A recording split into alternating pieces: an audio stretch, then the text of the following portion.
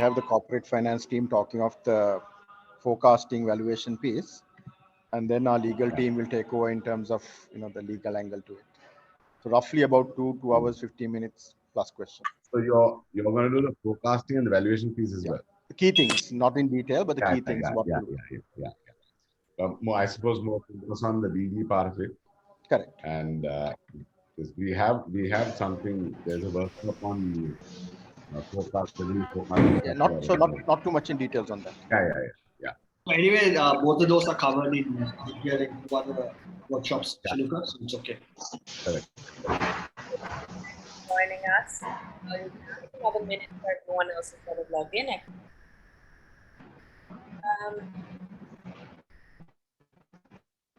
Great to see a lot of the faces from our last workshop.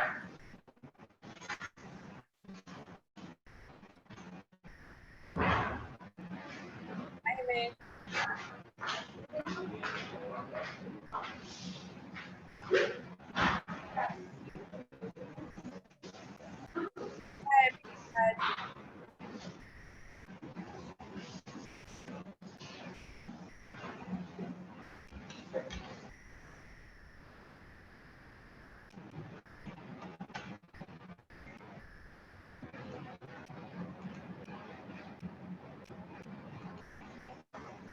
Great, so we have 34 people in, maybe we'll just started. So thanks everyone for joining us for the second workshop for mentoring. So today we have with us Dilika and Shavindra from KPMG, and they will be discussing your vendor due diligence today. So without further ado, I'm going to hand over to Shavindra and Shilukha. Thank you. Hi, so good morning, everybody. Thank you for joining and thank you for taking the time.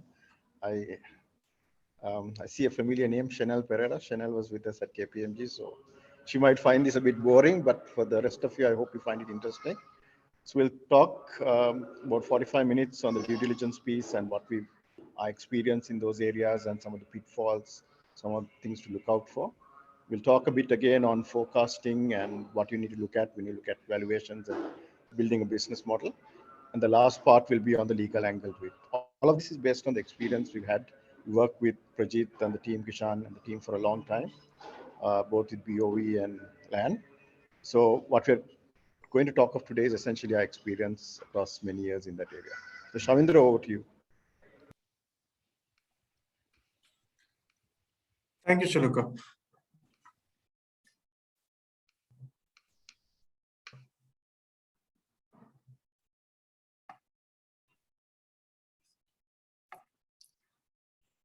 So good morning, everyone. So today's session is, is my screen visible? I just wanted to check. Okay. Yeah. Yes. So if we look at today's session, it's rightly captioned as health check on startups, because that is exactly what we are going to focus on for the next 2.5 hours or so. Now, typically, we look at an investment process, and most of you guys, funding is a critical aspect that would be essential for you all to take things to the next level or to establish yourselves. You all will generally have to tie up with someone outside of the founding members to do so. And that's where what is called a due diligence or a basic health check of your company will come into play, right? Due diligence is important because... sorry, Shavindra, Shavindra, can I just let me stop you for 1 second? Yes, Kishan, sure. I also want to let everybody know that we have a founder, Mustafa Kasim, who is the founder of Row Global and Row Media. He's also joining us today. He's happy to take some questions because he's gone through all of this. He also participated in Venture Engine, so he can add some additional perspective. So Shavindra, please, use some of the questions to Mustafa as well, so he can give his experience as well. Yes. Thanks, Kishan. We'll do. Thanks, Kishan, and good morning to everyone. Looking forward to the session. Morning, Mustafa. Hi. Joining us. Good morning. Thank you. Sorry, Shandra, go ahead. Yes. So via due diligence is something considered as an essential part of an investment process is you're essentially trying to convince a third party or someone outside of your business and try to sell your idea to them and get them interested in and invested in it to the same extent that you are, right? So for you to do that, one of the critical questions that I would generally recommend you all to ask yourself is, ask yourself that question personally. If I were to invest in something, what would I want to know, right? So those are the same aspects that a potential investor, be it a VC, be it an angel, be it one of the funds, will be interested in knowing, right? So in taking things forward, we just look at a brief description of what a due diligence is, right? So a due diligence is a comprehensive appraisal of a business which is undertaken by a potential investor to evaluate the commercial potential and to establish the assets and liabilities of the company, right? So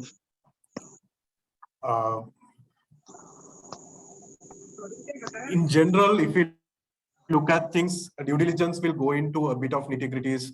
The objective of that would be to establish how sound the business model is, to look at what the revenue streams are, to look at how the business functions, whether there are contracts in place, all of those things, right? All the bells and whistles, whether everything has been set up in a structured and organized way is what we would be focusing on, right? So if we take a typical due diligence, a potential investor would be interested in a few aspects, and they would interpret a due diligence report based on some of the considerations that are outlined here, right? So they would be interested in who are the people, what is their industry experience, what makes them qualified to kind of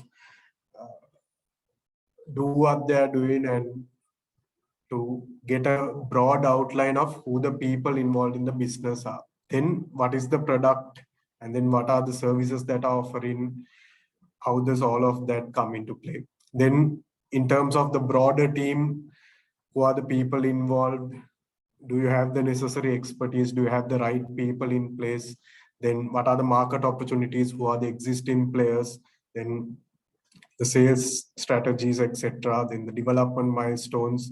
Do you have a business plan in place? What are the next steps in taking the business forward? What are you planning to do in the next year, the next 2 years, so and so? Then, of course, the financial aspect of things. Do you have financial statements in place? Do you have the detailed schedules? Do you have the documents to support whatever your performance is right now? Things like that. And what is the organization structure? What is the shareholding structure? What is your general plan for the business, and what are your exit strategies, etc. Right? Then what is the perceived valuation, or where have you placed your company in terms of value? And then also look at who are the partners that you have tied up with, right? Do you have contracts with these guys? Do you have are you all in consultation with a broader set of investors? Are you part of any structured mentoring programs? Are you getting the necessary support that you need?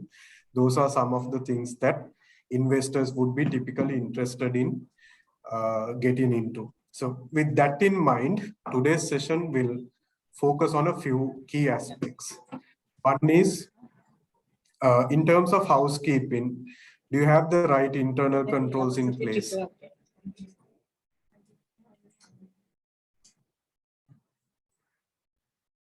Do you have the right internal controls in place? Then what is the governance structure? Do you have an organized structure? Is there an organization structure in place? Have you delegated authority properly? Who is doing what in the company, things like that. Then in terms of information, do you have the right accounting systems? Do you have the right supporting schedules? Do you have a proper documentation mechanism? Can you back all of your performance information through documents, etc.? And then, of course, the compliance angle to it, whether it's employee related or tax related. Have you all submitted the necessary returns for EPF and ETF on time? Whether you have submitted your tax returns on time? Have you registered for the right taxes, etc. Right? Then, in terms of a financial due diligence, we would look at the liabilities and the borrowings or the obligations that are there for the business. Then we would also focus on the projections, the business model, then what are the different revenue streams, do you have a sales pipeline, etc. And then in terms of market size diligence, we would look at how you position yourself in the broader market space, right? Do you have any direct competitors in terms of the total market size? What would be your cut of the pie? All of that you would want to demonstrate that you have the right documents in place and that you all have done the necessary steps to place your venture in terms of the broader market. Then in terms of product due diligence and other legal considerations, Nipuni and the team will cover things like intellectual property and IPs. Then the corporate structure, how to structure venture, whether to start off as a partnership, whether it makes sense to form a company, etc. Then how do you handle litigation, whether it is in relation to your employees, customers, general proceedings against the business, etc. And then the legal aspect of things. And also team diligence, how to select co-founders, how to surround yourself with the right people in structuring your business, right? So those are some of the broader focus points that we would touch upon today. So in order to get into specific details, we would like to kind of focus on some of the challenges faced by startups, and that would be where our session on due diligence would start. So one of the biggest challenges that we have seen with the ventures that we have worked with is the sourcing of funds, right? Startups generally, since they're new to the scene, they have certain restrictions or certain constraints on how to access funds. So from bootstrapping to finding whatever the money that you can from your savings, from your immediate friends and family, all of that. Once your business starts kicking off and things start getting serious, you would ideally want to source more funds. So that's where investors would come into play. And if you have the necessary structures in place, you might have the option to look at a debt-based funding. So securing funds is one of the critical challenges that we see that startups face. And then relating to the funding angle itself, how to manage liquidity, and then how to manage your finances, then how to structure your organization's gearing between debt and equity, how much should you borrow, how much should you invest, etc. Then how do you structure the day-to-day running of the business? How do you manage your routine expenses? How do you pay your salaries? How do you pay your bills? How do you make sure that you have the necessary funds in place to run your routine operations? Then how to negotiate the arrangements with suppliers and customers, right? So since one of the challenges that startups face from what we have seen is in terms of negotiating for lead times, grace periods for repayments and all of that. So credit terms and all, how it is with suppliers and customers, right? And then in terms of people, how do you find the right people? How do you make sure that we get the right talent in place, because since most of the businesses are likely to be new names or names that are not established in the market, what we see in the job market is people are generally a little hesitant to join a startup, and that creates a challenge for you to find the right people. And then even if you find the right people, because you might be short-handed in terms of staff, it might be difficult to give a job description and list down everything that an employee is going to do. And in turn, some of the people might feel overworked, they might get demotivated, and they might have a tendency to leave. So the employee aspect of things. Then broadly, a key due diligence aspect that we would come across is the quality of information. And how does a startup maintain their records? Do they have a proper filing system? Do they have all the documents filed and stored, whether virtually or physically? Then the lack of internal controls. Now, at the initial stages, I think it is very important to understand how your business evolves from day to day, from year to year, right? Because obviously a startup is something that begins from scratch. So usually the case would be you would not have a lot of structure in place. Most of the work would be done by one or two individuals, the founding members, most of the time. And then, things get a bit more serious, and things start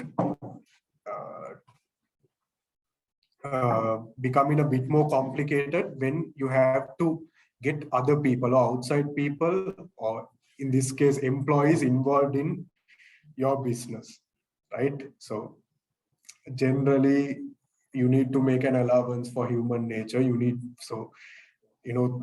They might tend to not do what needs to be done. They might try to not stick to the rules and all. So that's where internal controls come into play. So when your business evolves to a phase where you have a lot of moving parts involved, looking at the processes that you have and having a set of controls in place for you to oversee the business and how it functions is going to be very critical, right? So most of the startups, by the time it comes to an investment stage, that means that that company has been around for at least 1+ years, and you would have a certain extended version of operations from when you started, right? So if you don't have the right structure in place, that is something that an investor would obviously be concerned about, because they are giving you their money, and with money comes a lot of terms and conditions attached to it, right? So being able to demonstrate that you have an organized structure in place would only help you to convince or build confidence in an investor who would be interested in your business.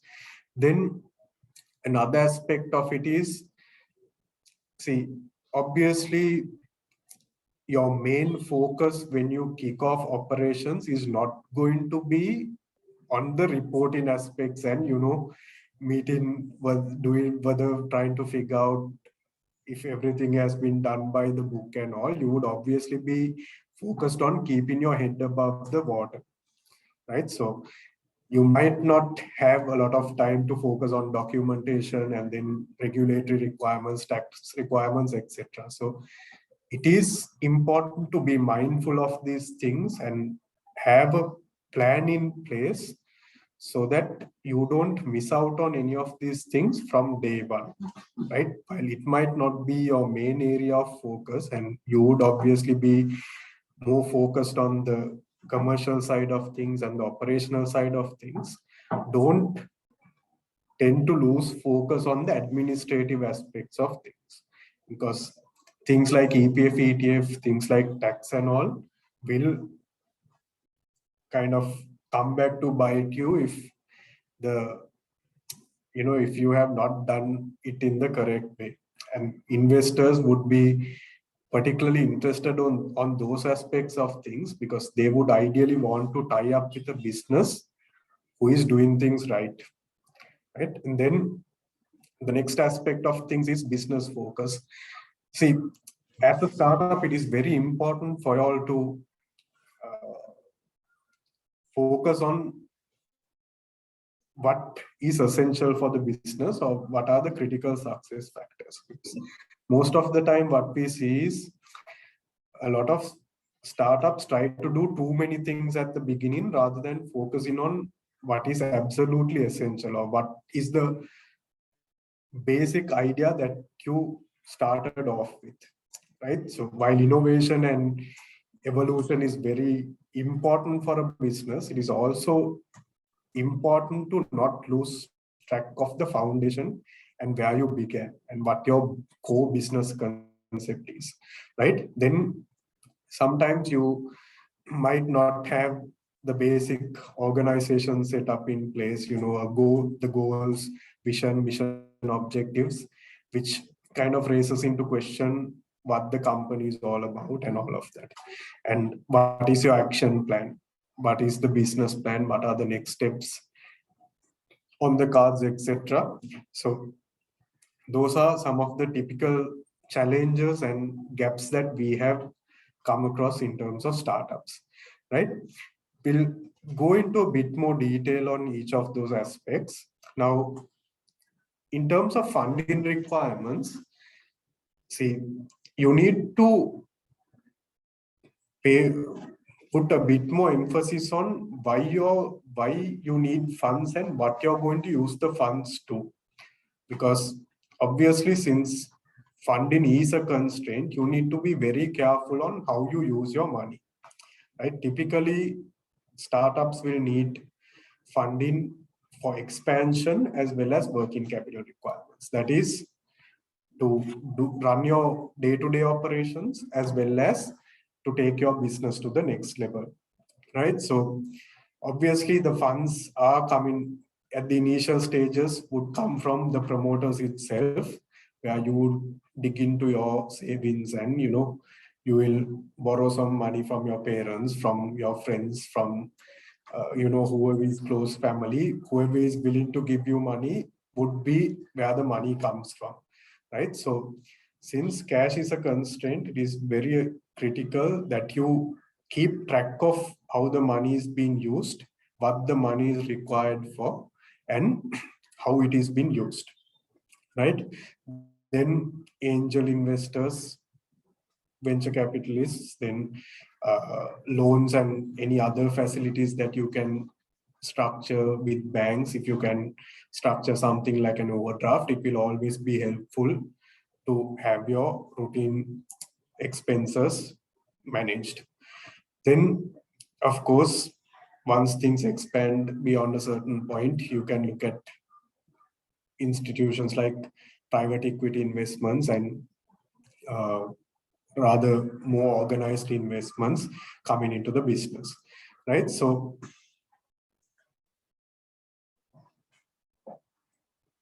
when you're looking at the funding structure of a business, you need to focus on what the ideal structure should be, right? In terms of equity, in terms of the funds that you put into a business, as well as the funds that you borrow from third parties. Because see, generally now, which is also a challenge for startups, is you can't look at a lot of debt funding because obviously startups wouldn't have if you go to a bank, they're always going to look at collateral, and collateral is not something that would be typically available within a startup company, right? So you need to look at how you're tying up your assets, whatever is there in the business, and how you leverage your business to get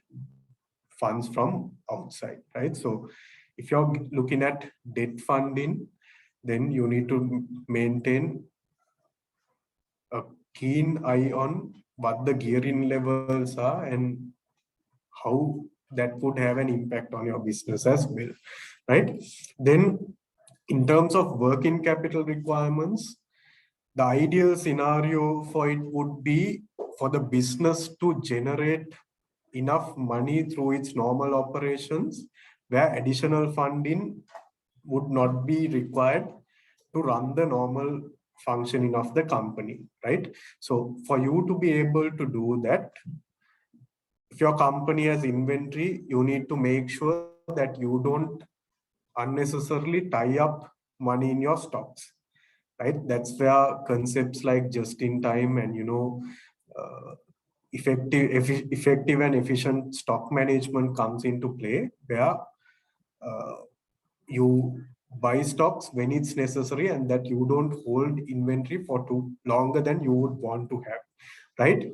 Then if for any business, your sales or your revenue will correspond to debtors. So while it's important to build things and while it's important to increase the revenue as much as possible, you need to be mindful of how you're going to collect the money for the services that you're offering or the products that you're selling are coming in, right? So few things that you need to keep in mind. One is you need to look at what would be a credit period. If you can negotiate for a credit period which is shorter, that would help you to get the money sooner rather than later, right? And generally, when it comes to settling payments and all, your customers might try to delay things. So for you to avoid unnecessary delays in terms of collections, you need to have a proper mechanism in place to follow up, right? You need to have the right people in place, a team, if it's necessary, to follow up on the collections. Say have people like accounts managers in place, and once the business starts kicking off, just make sure that you have someone who is responsible for each account or each customer that is there in the business, right? Because obviously when things start expanding, you as the founding members might not always have the time, and you might not be able to put in the same amount of effort once things become a bit more complex and the volume starts increasing. So it is very necessary to have a proper mechanism in place to collect your debtors. Then in terms of suppliers, you need to again look at the credit policies and how much of credit that you can get, because the longer the credit period is, that gives you a bit more breathing space in terms of managing your finances, right? Ideal scenario would be to have a creditor period which is higher than both your inventory days and your debtor days, right? So ideally, when you're speaking to your suppliers, it is necessary to see if you can negotiate extended credit periods so that it allows you a bit more room to manage your payments. In terms of suppliers, from an operational perspective, you also need to have a proper relationship and have, if it's possible, an agreement in place to procure the services that you need at the right time. Because if your deliverables, if your products, if your services are dependent on a few suppliers, then it is very critical for your business model to thrive that you have the supplies at the right time and at the right price, right? So that's where your ability to negotiate and your ability to kind of bargain with the people or the suppliers that you work with will come into play. Those are few aspects that you would want to have specific focus on. Then, in addition to your normal operational stuff, right, your directly trade related aspects, the inventory, debtors, and supplies, you also have your routine operational expenses, right? So from rent to your internet connection to your electricity and water, you need to be mindful of structuring your business in a way where you can optimize the cost, because obviously your profitability will depend on how effectively and efficiently you can manage your cost, right? So in terms of working capital, you need to focus on the trade aspects as well as the non-operational aspects of things, because that is where you will be able to create value. Then in terms of internal controls and the compliance aspects of things, you need to always focus on structuring things in terms of agreements. Now, typically, if you look at the Sri Lankan market and some of the startups that we have, and also general culture, all of those things, people like to do things out of goodwill, right? They don't always have structured agreements in place. Those are generally the customer relationships, the supply relationship, everything will be a verbal conversation as opposed to a formal agreement. Now, the importance of an agreement will come into play when you look at things from a legal aspect, right? So in terms of best practices, it is always necessary to have at least a basic level service agreement with the key stakeholders or the third parties that you work with, so that there's some sort of formality between the two parties, right? Now, again, later on in the session, Nipuni will touch upon some of these aspects that you need to focus on in terms of drafting agreements and things. But pay specific attention to things like exclusivities, things like warranties that you're going to offer to your customers, because those are essentially commitments or contingent liabilities which might come back to bite you at some point in time, right? So it might create certain limitations on your ability to expand. It might create limitations in terms of your ability to grow your business. So just be mindful of those things as well. And then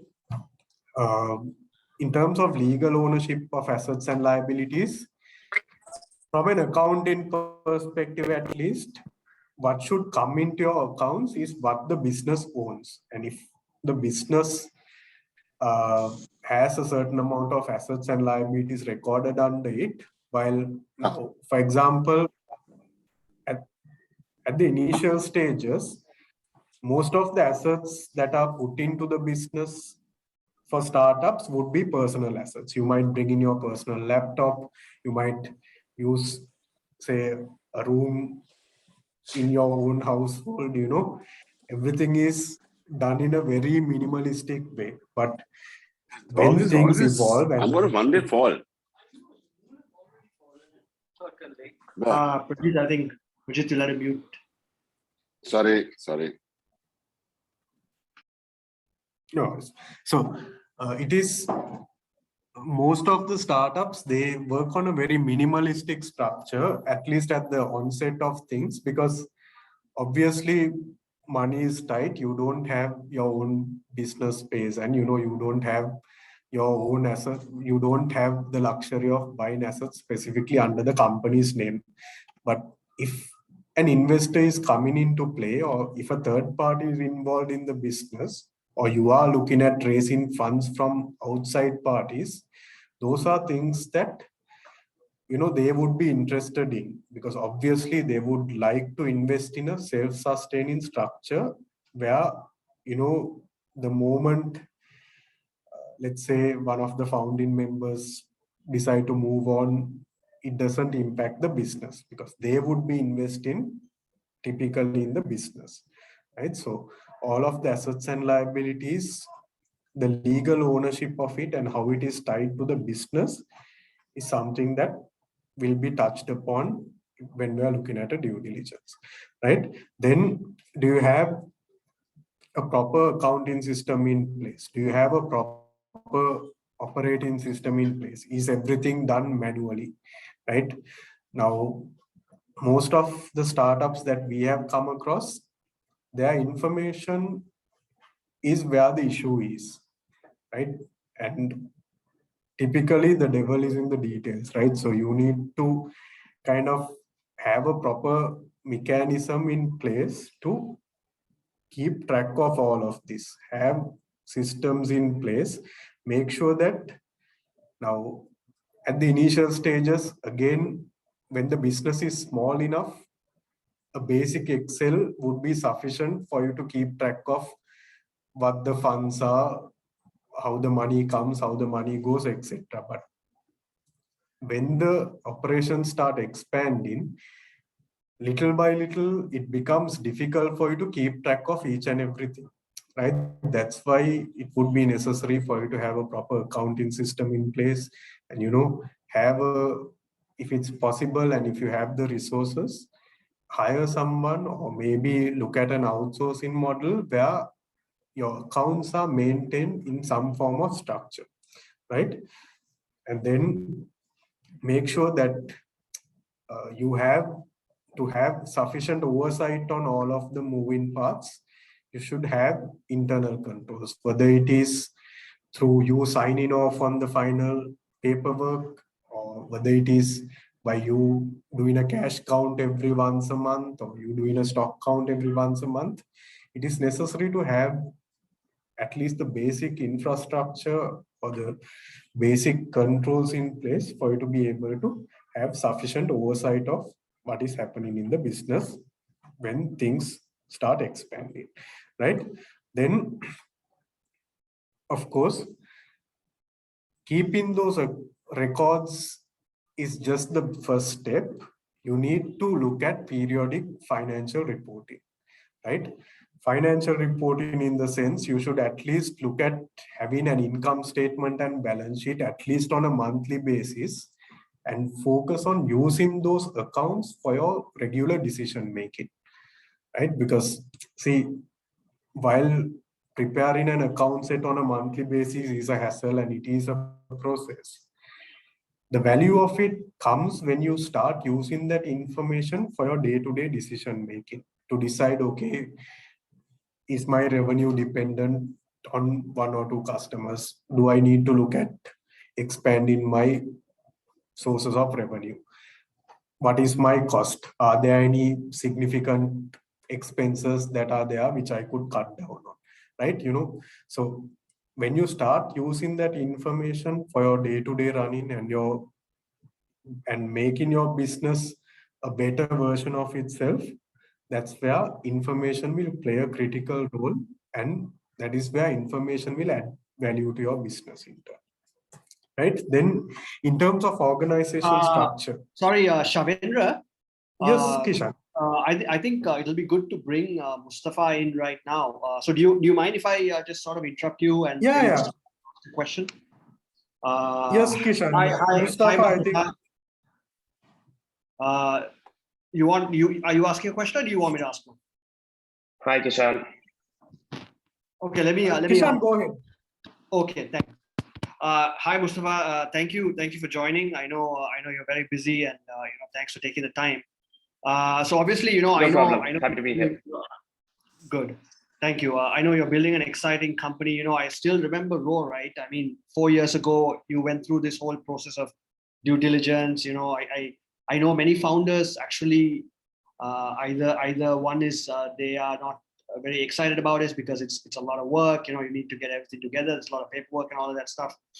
But it's a necessary part of getting funding, and then also looking at where your company is at different stages, right? Now, I remember when we did due diligence at Grow, that was like 4 years ago. Today, obviously, you're a much larger company. At that stage, and also many of our participants today are at relatively early stage. What was your journey like going through that sort of due diligence with investors? One is from the investor's perspective, how did you look at it?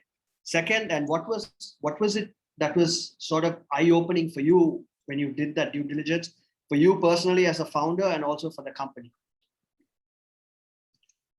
Sure, Kishan. So thanks once again for having me here. Really excited to speak with all of you.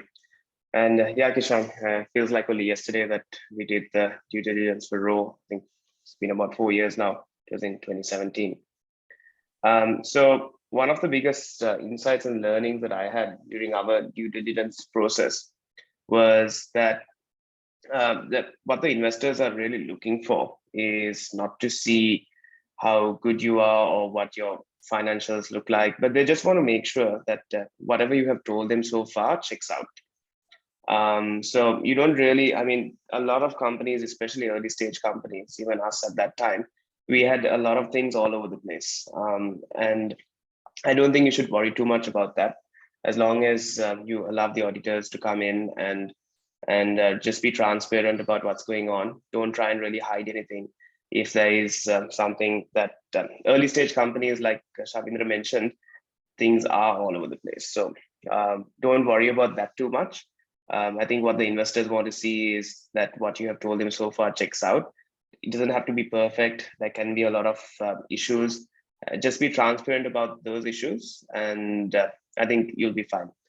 So I think that was the biggest learning for me, Kishan. When we started the DD process, we were very worried that, oh, this is out of place, that's out of place. But that's really not a problem. It just the whole process is just to make sure that what has been communicated checks out. Yeah, I know. I know. At that time, 4 years ago, you were only in Sri Lanka, right? I mean, today you're in like Bangladesh and Singapore. You know, you have offices, in 3 different jurisdictions. You're doing business in multiple countries. You're talking to investors in different countries. What was that experience like? I mean, obviously, different investors ask different questions and they have different priorities, right? I mean, today you have investors from Japan, from Singapore, all of that. Was the process different? Did they ask different things, or was it sort of very similar? And also, if you can also tell about you also branching out into other jurisdictions, and what sort of it's not easy setting up companies in other countries, right? While you're sitting in Sri Lanka and managing all of this, how was that journey and process like? So firstly, I think on the different investors, they all want the same thing. Even right now, we're going through a due diligence process. We're doing a transaction. It's almost like investment round. So we're going through a DD process, and it's very similar to what we did in 2017. It's for a very different investor, but it's pretty much the same thing. I think you need your audited financials. You need to show your company assets. You need to show what your HR policies are, how your team is, your org structure. The purpose and the requirements of DD are pretty much the same across investors. So it's a very standard process. And setting up companies in overseas territories is complicated. Unless you really have to do it, don't do it right now. Because there's a lot of things that are very different to what we have in Sri Lanka. It's the taxes are different, the compliances are different. It's a whole new ballgame for you to understand that. Right now, we have companies in Sri Lanka, Bangladesh, India, and Singapore. And each company is operated very, very differently. The taxes work differently, the VAT works differently. So my recommendation would be to maybe you have a holding company in Singapore. I think that's a very good thing. And that's something BOV recommended from the very start. And we're thankful for that. But if you are setting up an operation elsewhere, especially if it's a sales operation, try your best to see if you can invoice out of Sri Lanka or Singapore, because setting up local companies in different territories is complicated. So unless you really have to, and unless you're going to have a full-time team there, an office there, a massive operation, I wouldn't recommend for that.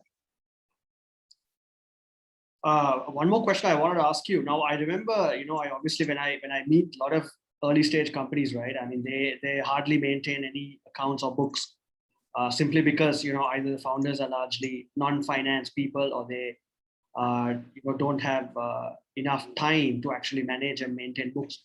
In your perspective, I know Ro is one of the best portfolio companies that we have, who is up to date with everything on compliance, control, financial reporting, all of that.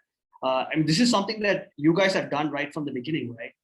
What was, and what was, as an early stage founder, what made you sort of take that path? Were you advised, or was it just something that you thought it was like very important and you sort of started building that right from the beginning? So in fact, Kishan, that's a very good question. Our first full-time hire, apart from me, the founder, was an accountant. So I think that was a very smart move. From I think the third month of our operation, we hired an accountant, and he was a pretty junior accountant, maybe 2-3 years of experience, but he knew enough to keep track and record of what was going on. So we were making expenses, we used to record that. We used to have revenue, we used to record that. He used to pay, because he was the only employee, he used to pay tax and EPF, ETF for himself. So I think it's a lot of people, especially when you look at all of these things Shavindra is saying, they're all very important, but it can seem very daunting and it can seem overwhelming. But actually, it's not that. It's not very hard at all. It's very straightforward. It's very easy.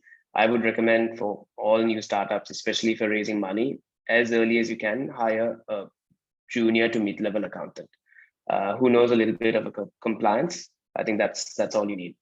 That accountant will be able to maintain your books, file your compliance, do your annual returns, work with the auditors to complete your yearly audits.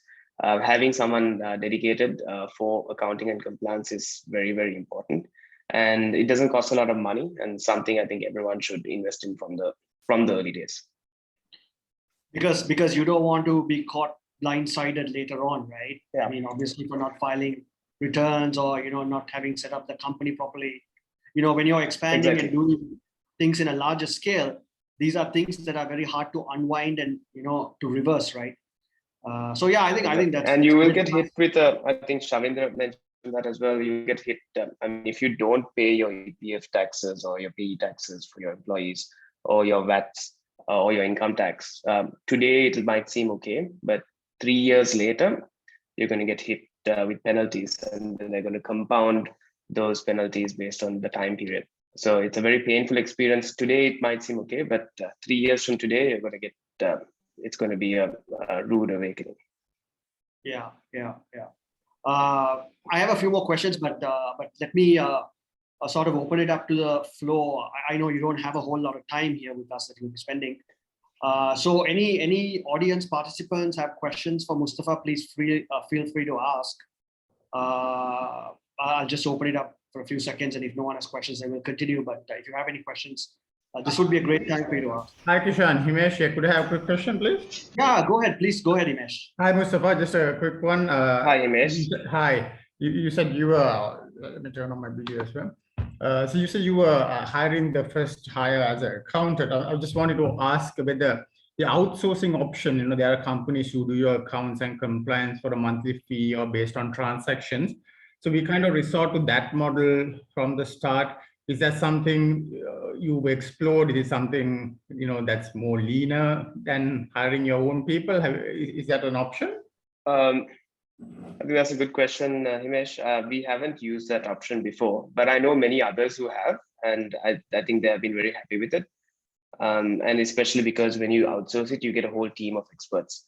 Whereas if you get a junior person in-house, there will be limitations as to what that person is capable of and what his or her knowledge is. So I think outsourcing is a good option, but you'll have to keep in mind as when you scale, you will eventually you'll have to have your own full-time team.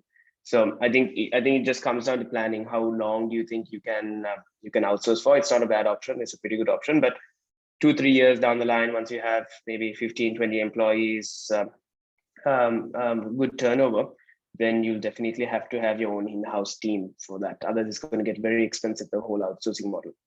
So it just comes down to how big you want to get and how many people you want to have in-house.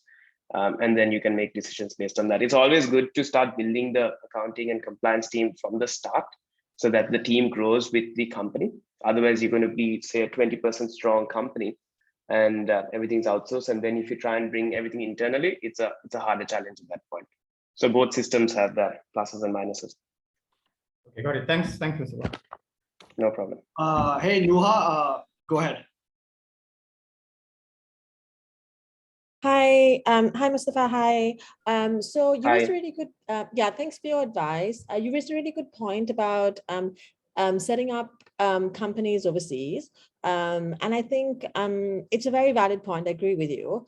But there's a sort of a fine line between how much you can sell from overseas using a company based overseas. And I think in conversations with advisors, we've always been sort of like, okay, where is that cut off? Like, at which point do you decide I'm going to have to go there and set up? So I think, Nuha, that's a very good question. I think it depends on the country in which you're operating in. So I think the two criteria factors there would be is, do you have an office and do you have a team? Because if you have an office and you have a team, you need to make a lot of local payments. You need to register for a lot of things locally. And then it's a good idea to have a company. But if you only have customers in a country and you only have like a very small sales operation or selling remotely, then I don't think you need a company there, unless the country just has issues with customers paying you offshore. So if you're say in the EU or in the US or Australia, if that's where your customers are, then you will have no problem invoicing from Sri Lanka or from Singapore. But if your customers are in say the Asian countries, say India, Bangladesh, Pakistan, they have a lot of different regulations as to how money flows out of the country, as we have over here. So then it's always a good idea to have a local company and collect the money locally. So it comes down to which countries you're talking to, and also how much resources you're going to have in that country. One thing to keep in mind is EU, and that's the European Union, UK, USA. If you have a local company there and you have local clients, you'll also have to start charging VAT or GST as well. But mostly if you're a foreign company invoicing a US client or a EU client, you won't have to pay those sales taxes. Correct me if I'm wrong there, Savindra or Shiluka, but that's I think we have a bit of a competitive advantage because some of our customers in the US or EU don't have to pay those sales taxes when working with us. Okay, perfect. Yeah, I think that's one angle for sure. It's the taxes, the regulations, and then GDPR compliance and data privacy as well. That comes with certain overseas jurisdictions especially if you're B2C and so on.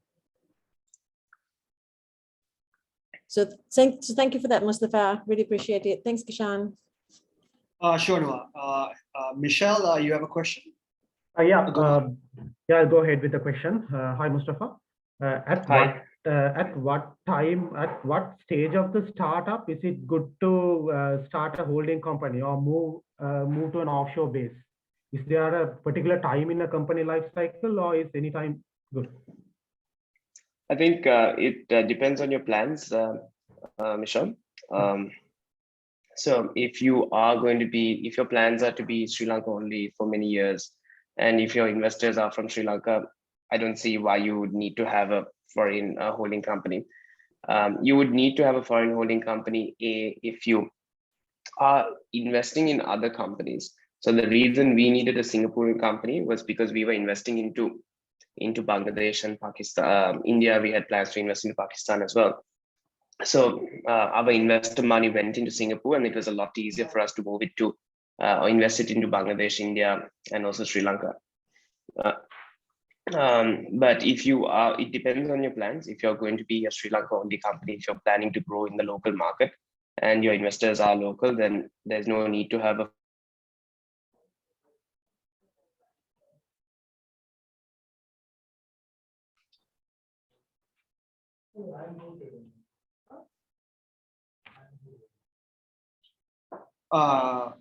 Michelle, any other questions? Yeah, I do have another question. Like being incorporated outside Sri Lanka, let's say in Singapore, how does it affect your business operations in Sri Lanka when it comes to benefits and tax regimes?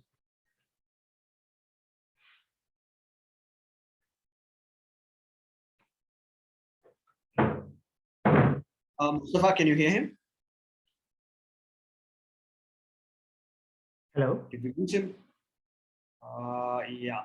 I think he must have dropped out, but I'm sure he'll join back. So we'll hold off on that question, Michelle. I'm going to pass it back to Shavendra. But to everyone, please feel free to ask questions. This is an interactive session.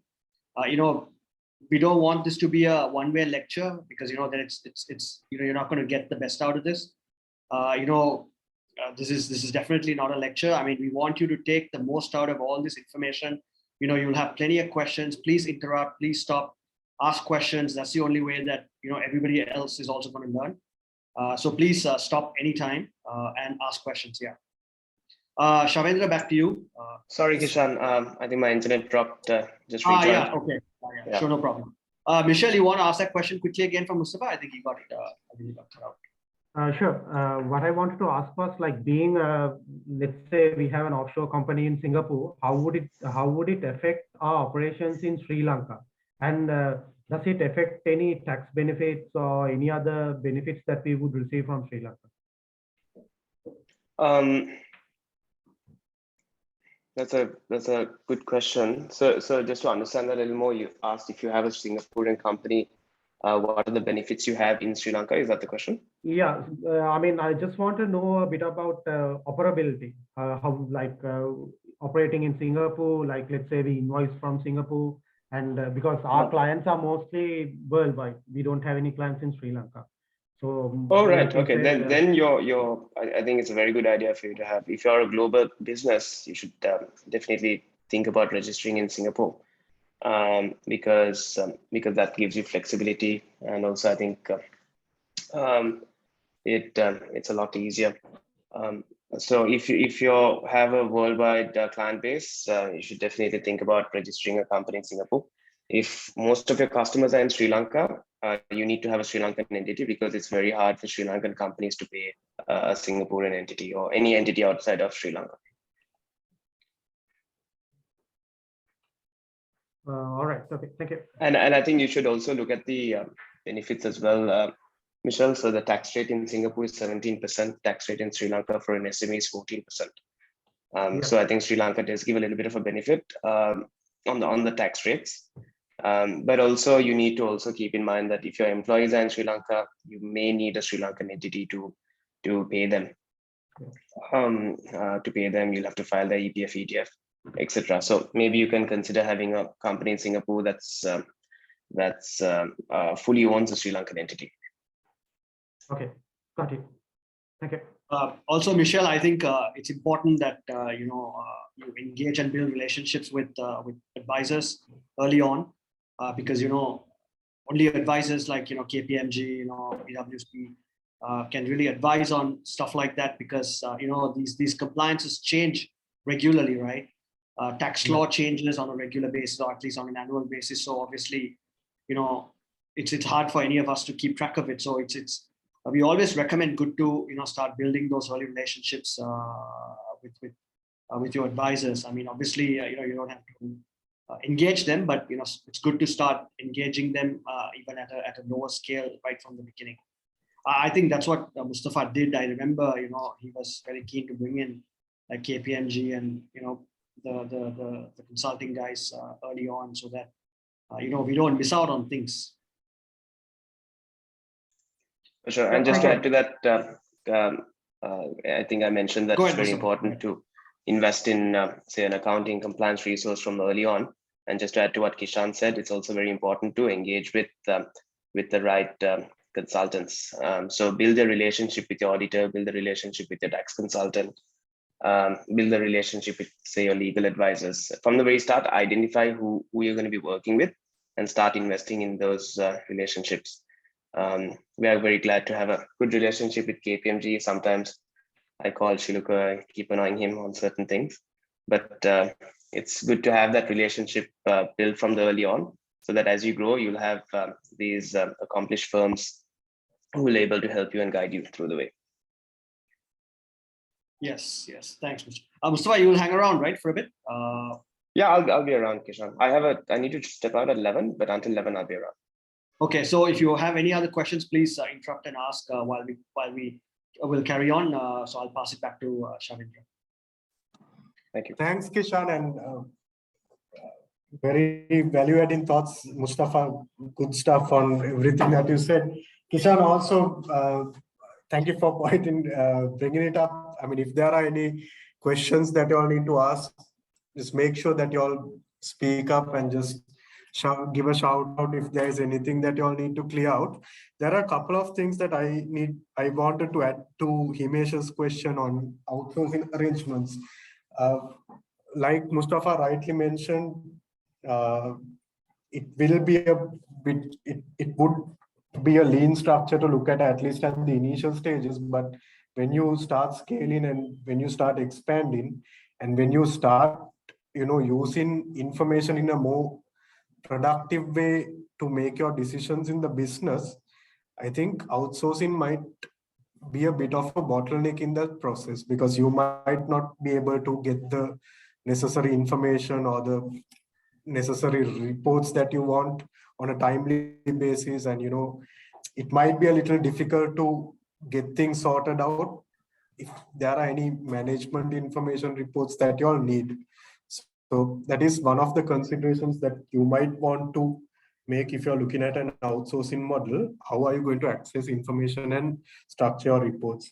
And in terms of looking at overseas subsidiaries and all, one of the considerations that you might want to look at is if your customers and if your main contacts operations are towards with other countries and not focused only in Sri Lanka, some of the customers and suppliers, they might want to structure their agreements with a neutral law. So that's where they might ask for it to be governed under Singapore law or something like that. So that's something that you can always get some input from your legal advisors if there is a request like that. And then also one of the considerations that you might want to make if you have subsidiaries in multiple countries is the transfer pricing aspect of it. How are you going to structure the transactions between the intercompany, and how it will have an impact in terms of transfer pricing and tax. So those are a few of the considerations that I wanted to kind of put out there so that you all can look at it from that aspect as well. I'll quickly run through the rest of the presentation slides. So organization structure wise, you need to make sure that you have a proper matrix in place where you define the roles of the employees and of the staff that you have hired. And if you're looking at any outsourcing functions, it is essential to not outsource some of the core functions of your business, right? So if you're looking at outsourcing, make sure that initially at least you take it step by step, where you look at only the non-core functions which have been outsourced to other parties, because that will not require your 100% focus, at least at the initial stages of a business. Now, this is a point that this is one of the things that you might want to consider, especially when you're looking at the relationship between founding members itself, because typically what would start off as a business between two friends, once things develop and once the business becomes established, that's where it will lead to a bit of potential conflicts between the founding members if the structure is not properly agreed, or if there isn't at least a basic level agreement in place. So it is necessary to have a set of goals and objectives and make sure that all the founding members are working towards the same target, right? And also it goes without saying, business is business, right? So your personal friendships and all of those things, it is important to have the right synergy in place, but it is important to consider the business as a business and make sure that there are, your personal relationship doesn't impair the decisions that you make in terms of what is best for the company. right? Then it is always critical to have ongoing communication, make sure that you hash things out with your founding members, co-founders, to make sure that you all are always on the same page. Then make sure that you all have those open discussions about what the expected return is for each of you guys. Because see, at the end of the day, you all are putting your effort, and it is important to have a proper mechanism in place to figure out what is the salary that I would get, what is the ownership stake that I would get in the business, what is the return that I would get, and all of that. Then you need to make sure that you pool your resources to get the best out of what you all are setting out to do. So need to make sure that both of you are always on both, or all of the founding members are on the same page, and then have a clear segregation between who's going to do what and what are the roles and responsibilities of each of the founding members. Because for your startup to thrive, it is very critical for the founding members to have that synergy and have that level of connection between the two, right? And then moving on to the next point on business plans, you need to have a broad focus on what the vision, mission, objectives, and goals are. Have that basic set of structure in place, and make little targets, make realistic goals, make realistic milestones of what you're going to do within the next month, 6 months, 1 year, 2 years, etc. Then in terms of housekeeping and general due diligence focus, always a due diligence, like Mustafa rightly mentioned, we start with the audited accounts and the latest available management accounts. So it is important to make it a practice to prepare accounts on a regular basis, because that is what you will present to the auditors or any investor who is coming into the scene. They will want to know that you have, now you're trying to tell them a story when you reach out to any of the investors.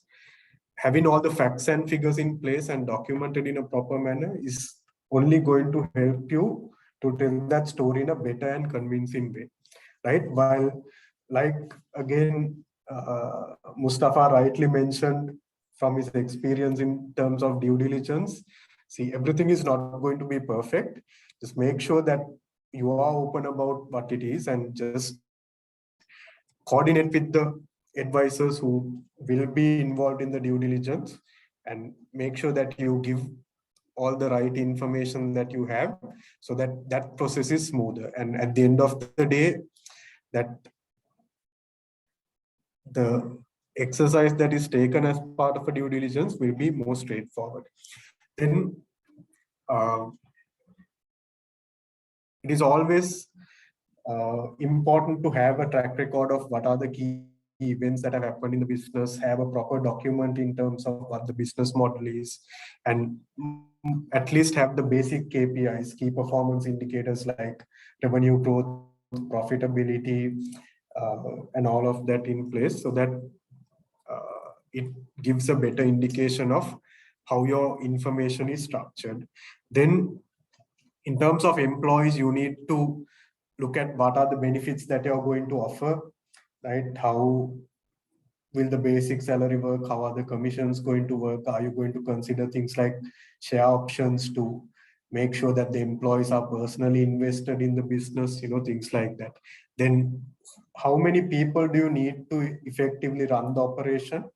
And do you have the right people in place, the team composition? Then the payroll cost, and of course, the statutory commitments attached to employees, the EPF, ETF, and all of those things. Then in terms of revenue, you need to look at what are the accounting standards behind, recording revenue correctly. You can always reach out to, your auditors, or if you have an internal accountant, make sure that you ask those questions. Are you considering the accounting policies properly, and are we doing it in the right way? Those are questions that you can ask, even if the founding members don't have a basic background, at least in finance, right? So then, it is necessary to have the proper records in place for your sales, because that is critically what the investors would want to focus on.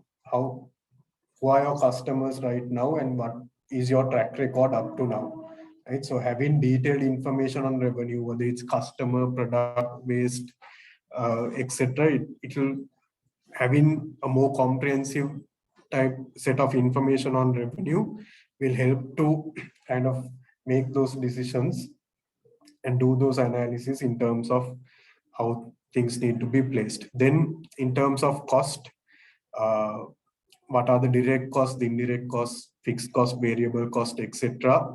You need to have a proper track record of things. And then if there are any transactions that are done intercompany between the related parties or the different businesses connected to uh, the startup, you need to have a proper track record of it. Make sure that you all focus on the transfer pricing aspect of things and all of that. Then it is always advisable to have agreements in place with any of the third parties, because that helps you to form a basis.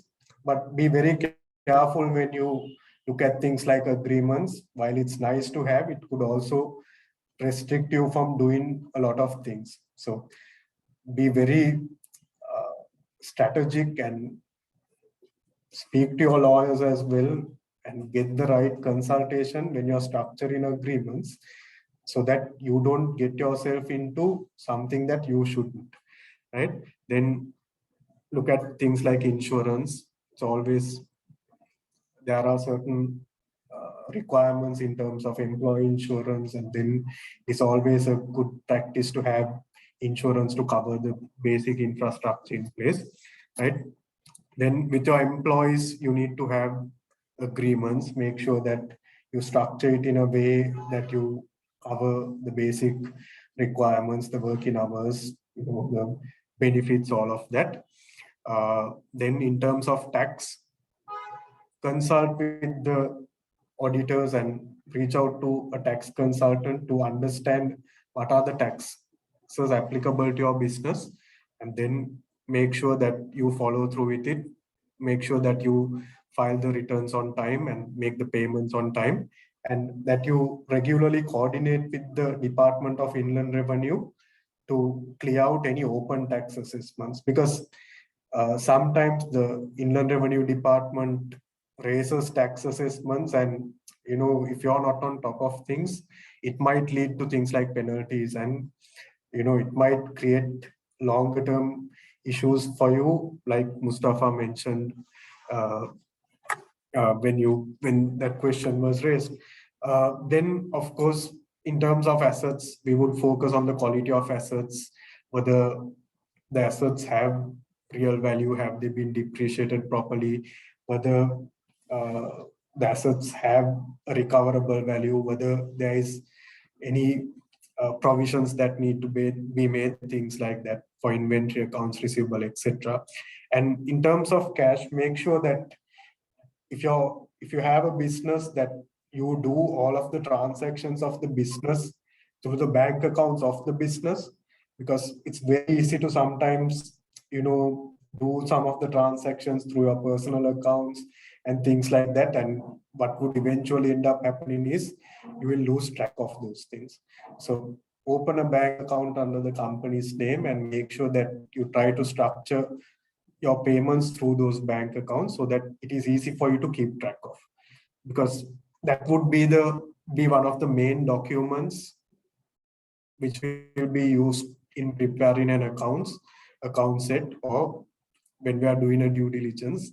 We will always try to trace things back to the bank statement to see if the transactions have actually happened, things like that, right? So in terms of liabilities, you need to make sure that all the liabilities that are there to the business, whether it's contingent or whether it's an actual obligation, it is recorded in your balance sheet, and that you are aware of all the liabilities that will come about because of your business operations, whether it's to your creditors, whether it's if you have borrowed from a bank, make sure that you have recorded those properly in your books, things like that. And then you need to also focus on things like contingencies which might come about because of warranties, representations that you have made, legal cases, etc.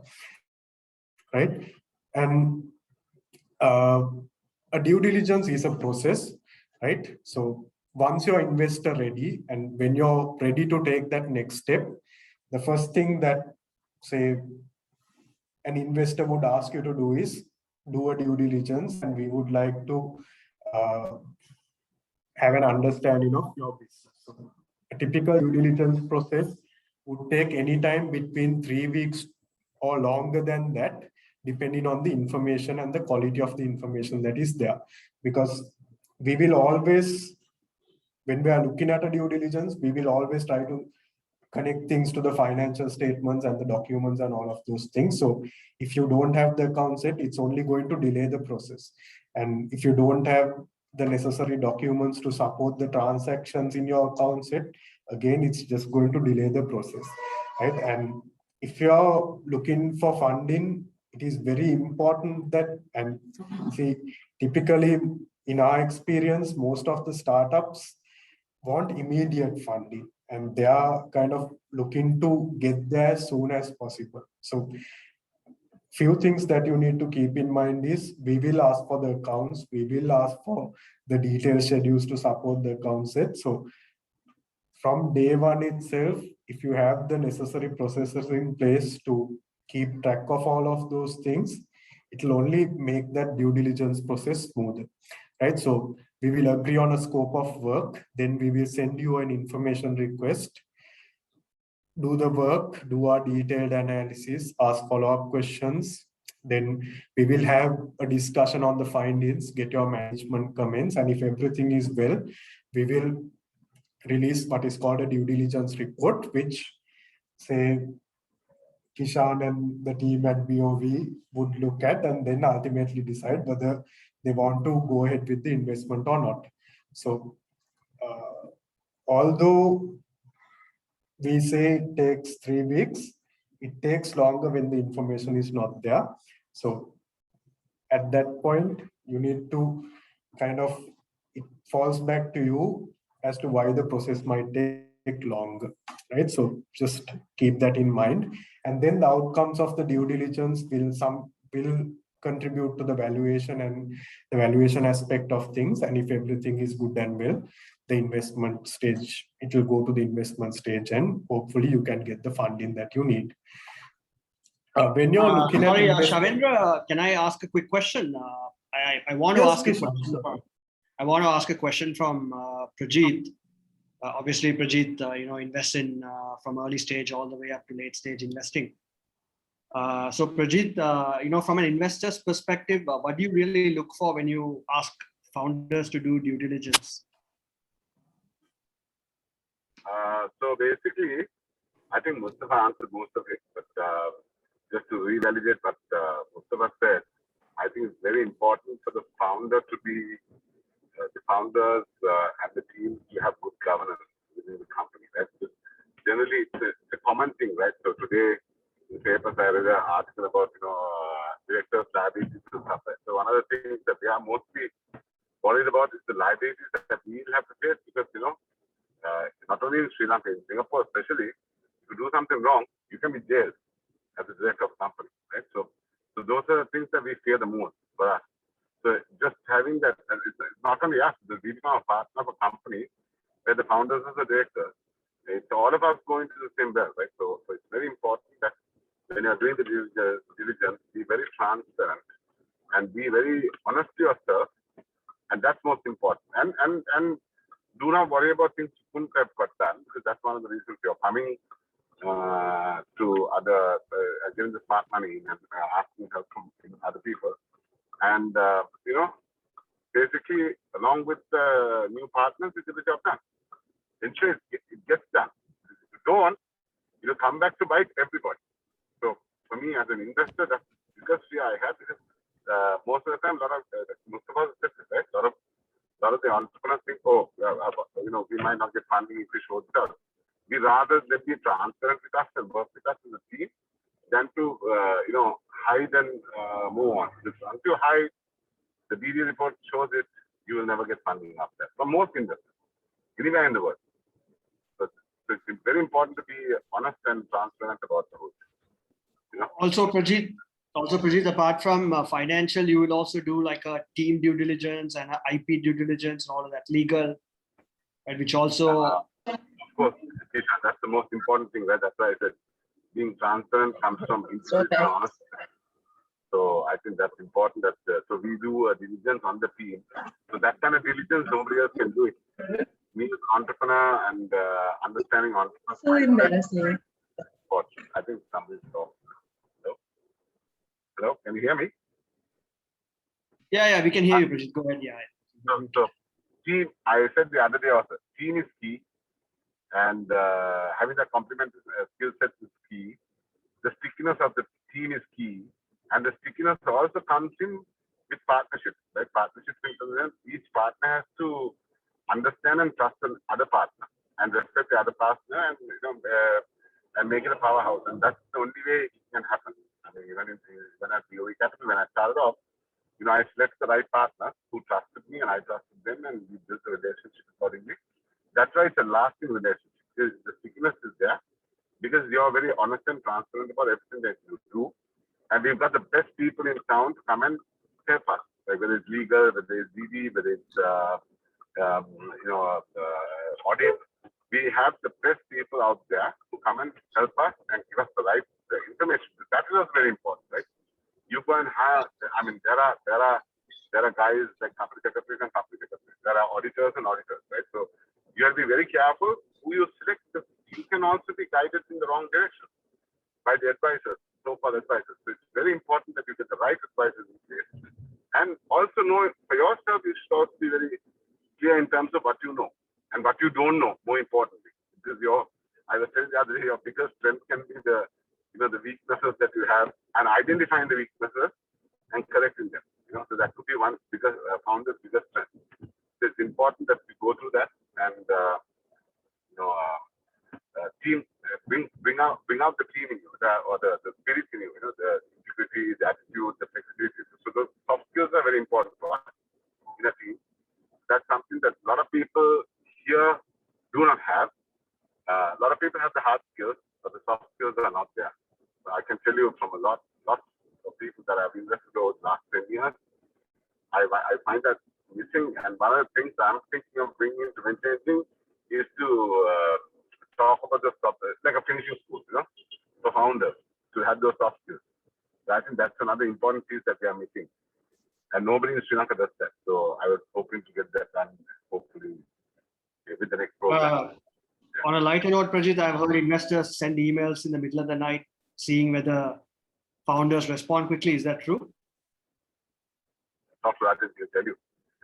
Sapphire doesn't even look at investors who he generally sends email on a Saturday night and expect a reply by Sunday morning or Sunday evening within 24 hours. And if he doesn't hear that, Sapphire doesn't invest. Right?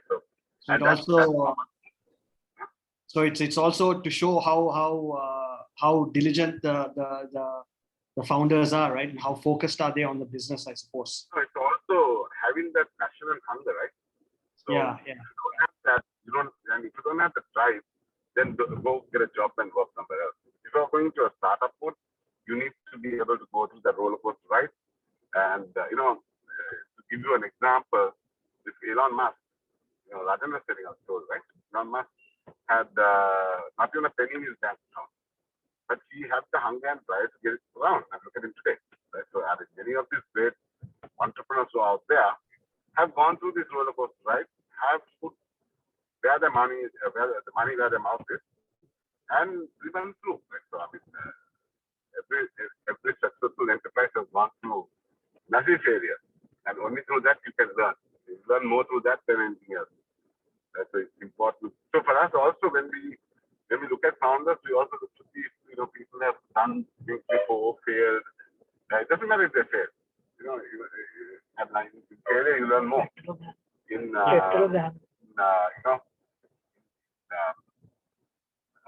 when you're successful all the time, you will also understand what the failures are about, right?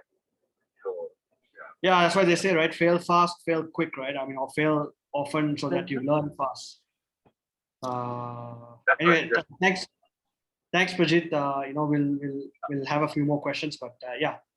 Any other questions to Prajit or to Mustafa or to Shavendra from anyone? Please ask. If not, we'll carry on. Mustafa, you'll hang around for a bit, right? I have a couple of questions coming up, but Kishan, I need to step out for a few minutes. okay, I want to ask a quick question then, Mustafa. Shavendra spoke about ESOP. I know a lot of the companies, especially a lot of early stage companies have some hard time understanding why set up an ESOP. Can you just tell everybody, or can you tell us, why an ESOP was important? And I know you did set up an ESOP, and why did you think it was important for you? Thanks, Kishan. I think very good question. I think an ESOP is very, very important if you want to bring in passionate partners. So you have two types of people that work in your company.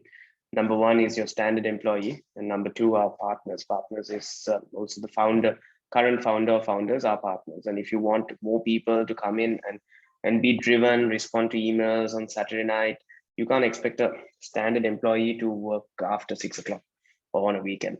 But if you really want someone to come in and be that partner with you, whether it's a Saturday night or middle of the night of a weekday, you need someone who's as driven and as motivated as you, and it's important that you reward them equally with stock in the company, so that they also do very well if the company does very well.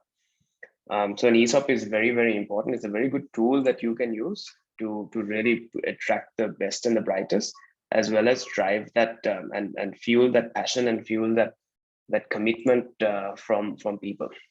If you have a standard employee with a standard salary, do not expect them to work more than 6 o'clock.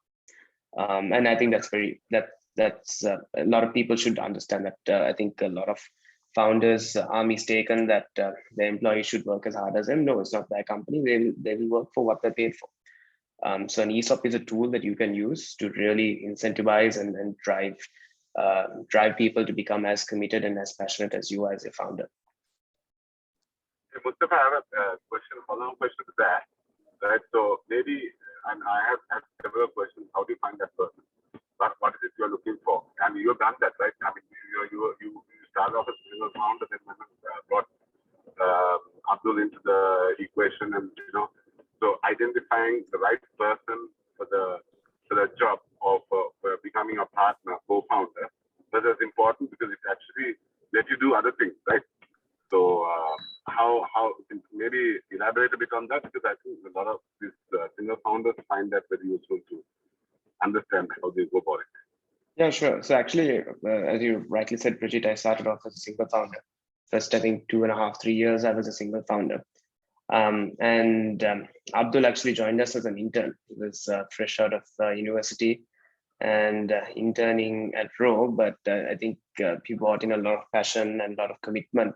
Still, there was a lot to learn, but I think someone who you give an ESOP to is not someone who has a lot of skill, a lot of experience, but someone who has an equal amount of passion and commitment as you, the founder, because that's what you need. You need someone who'll be willing to learn, who'll be willing to go the extra mile, and I think that's extremely important to have, especially if you're a single founder. As Prajit said, the startup game is a very, very difficult game. It's a roller coaster. So having a co-founder really, really helps. It really gives you the support that you need to really push forward. So Prajit, just to answer your question simply, we weren't really looking for a second founder or looking to give anyone ESOP, but I think there was an individual who presented himself, who was committed, and that's when the ESOP discussion came about. So it's not something we were overtly looking for, but it's something that happened, and we were glad to have this ESOP structure in place that we were able to facilitate it. The point I was trying to make is it eases a lot of stuff for you as a founder also, because then you can share with your co-founder and divide and conquer kind of thing, Yes, definitely. I mean, even for non-single founders, if you have multiple founders and if you're thinking of setting an ESOP, still it's a good indication to investors that you are open to attracting top talent, right?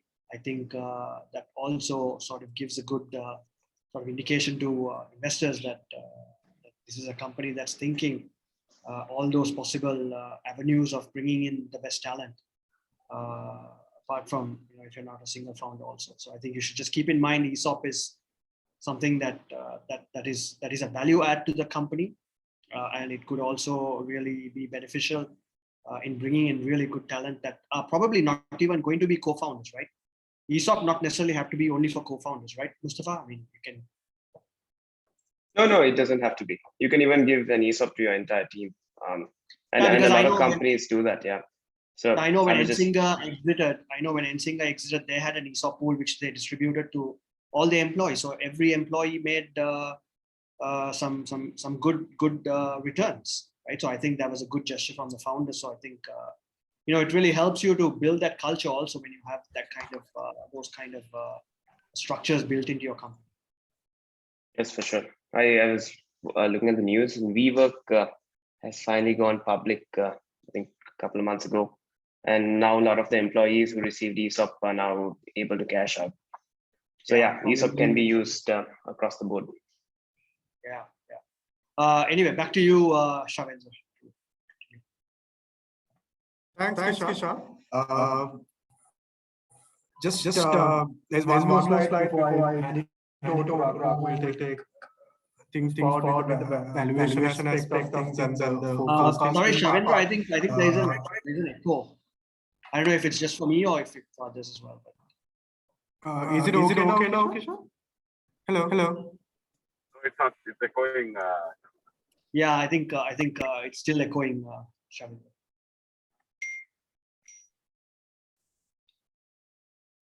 Anyway, Mustafa, thanks. I know you had to go. Thanks for being with us, and thanks for adding all those points from your perspective.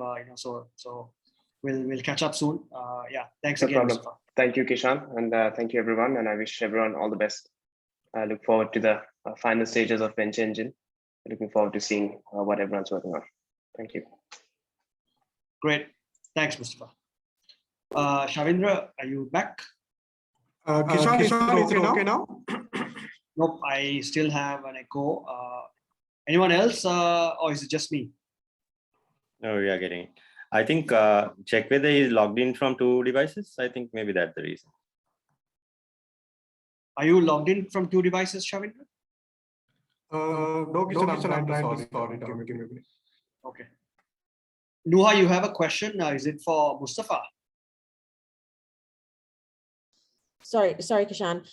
It's just a quick question regarding ESOP creation.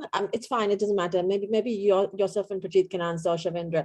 It's regarding ESOP creation, actually. Like, I think a lot is around actual setup of it. Because do you need a valuation when you set up, or how easy is this process of setup? Yeah. So let me tell you. I mean, you're asking how do you set up an ESOP, right? Mm-hmm. Yeah, exactly. So it's basically an ESOP. You set up a trust, and you transfer equity from. Usually, the founders will contribute, certain percentage. Let's say 5%, 10%, 15%. Sort of like the 15 is sort of the benchmark that we have seen across many early stage companies. 15%. Right, because when you start diluting, when you start fundraising, future rounds will dilute your ESOP as well, right? So then you will end up with smaller ESOP pool in subsequent rounds. So usually it's good to start with between 10 and 15%. It's a trust, so you transfer the equity from the founder or the founders to the trust, right? The trust will be managed by a trustee, usually someone from the investor team and from the founding team, right? So there's usually 2 trustees, but the trust itself is driven by the board of the company, right?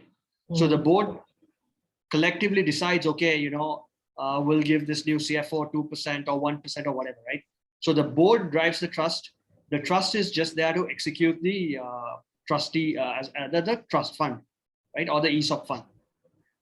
So essentially, it's sort of like a separate entity, right? Because I won't say it's a separate entity, but it's a separate sort of, okay, a trust. You carve out the equity, put it in there, and then every time the board decides, okay, we want to allocate X percentage to an employee, then you basically give a trust, sort of an issuance certificate, where you will issue equity to those employees who you have decided to give. And usually those are vested, right? Most of the time ESOP is vested, which means, you don't get all that equity right away. Like after every year, you will get a certain percentage. So you want these employees to be around for 3-4 years, right? I mean, if you're recruiting a CFO, you want your CFO to be there till your IPO or post-IPO. If you're an early stage company that's like growing very fast, so you would actually want to vest your equity, right? So which means after 4 years, they'll have all the equity, they become a shareholder. But every year, once they vest that certain percentage, you issue that share to those employees, right? So essentially, that's how it works. Usually, lawyers will set up these trusts. It's an agreement, and they'll basically set it up for you. So yeah, not very difficult at all, actually. Okay, Yeah, so it's a fairly straightforward process. Yeah, it's a fairly straightforward. To also add to what Kishan is saying, right? I mean, at this stage of your company, your employees may not value the shares as much as they would if it's a later stage company, because your share is almost worth nothing because your revenues are not there. Yeah. Your company is very small. But it's up to you to articulate that to the employer and show the growth of the company, and then work towards 2 years, 1 year from today, if you're in our company, how much money you're going to make out of this, out of a sale. And that has happened with some of the companies that we have had. And that's the gamble that they also need to take and have that. So without that, if they're not willing to take that gamble, then they're also not willing to go on this journey, or they don't also believe in your business. It's very important that people you select have to believe in your business and drive the business together with you. Yeah. Okay. Yeah, thank you very much. On that point, it's just that when you normally, on your point, Prajeet, absolutely. So to give them an indication of, okay, we're giving you these share options, what the value attached to that, to give them an idea, okay, it may not, it may have some value at this stage, may not be a huge amount, but how do you have to do like a valuation, at this point, or how do you convey that value to them? Yeah, we have a workshop on valuation that's done by Africa, which is the venture capital company. And they'll go through the process on how you value a company today. What if you have a down round at the next round? So how do you make sure you don't have a down round, or ideally have an up round? So we'll go through all of that, right? So it's not a straightforward answer I can give you right now. There's I think a 2-hour workshop on that, and I think we'll learn more from it. But eventually, valuations, the way we do it, is based on your last round. Like, for example, let's say today you get an investment coming in. The investment that comes in is what determines the valuation. Or don't have any investment coming, and that's how the auditors also will look at it. Okay, the last round they can take it inside. Generally, from a management perspective, we would do the valuation based on the revenue multiples and stuff like that. So that's a different way of looking at it. That is from an investor perspective. So your last round will be something. So let's say you had a last round last year, and this year I'm investing. I will look at the revenue multiple, the forecast revenue multiple, and depending on if you're a service or product-based business, that multiple can change. It can be a profit multiple if you're in the services sector. It can be a revenue multiple if it's a product-based company. So there are different variables to it. Yeah? But we'll go through that at the workshop.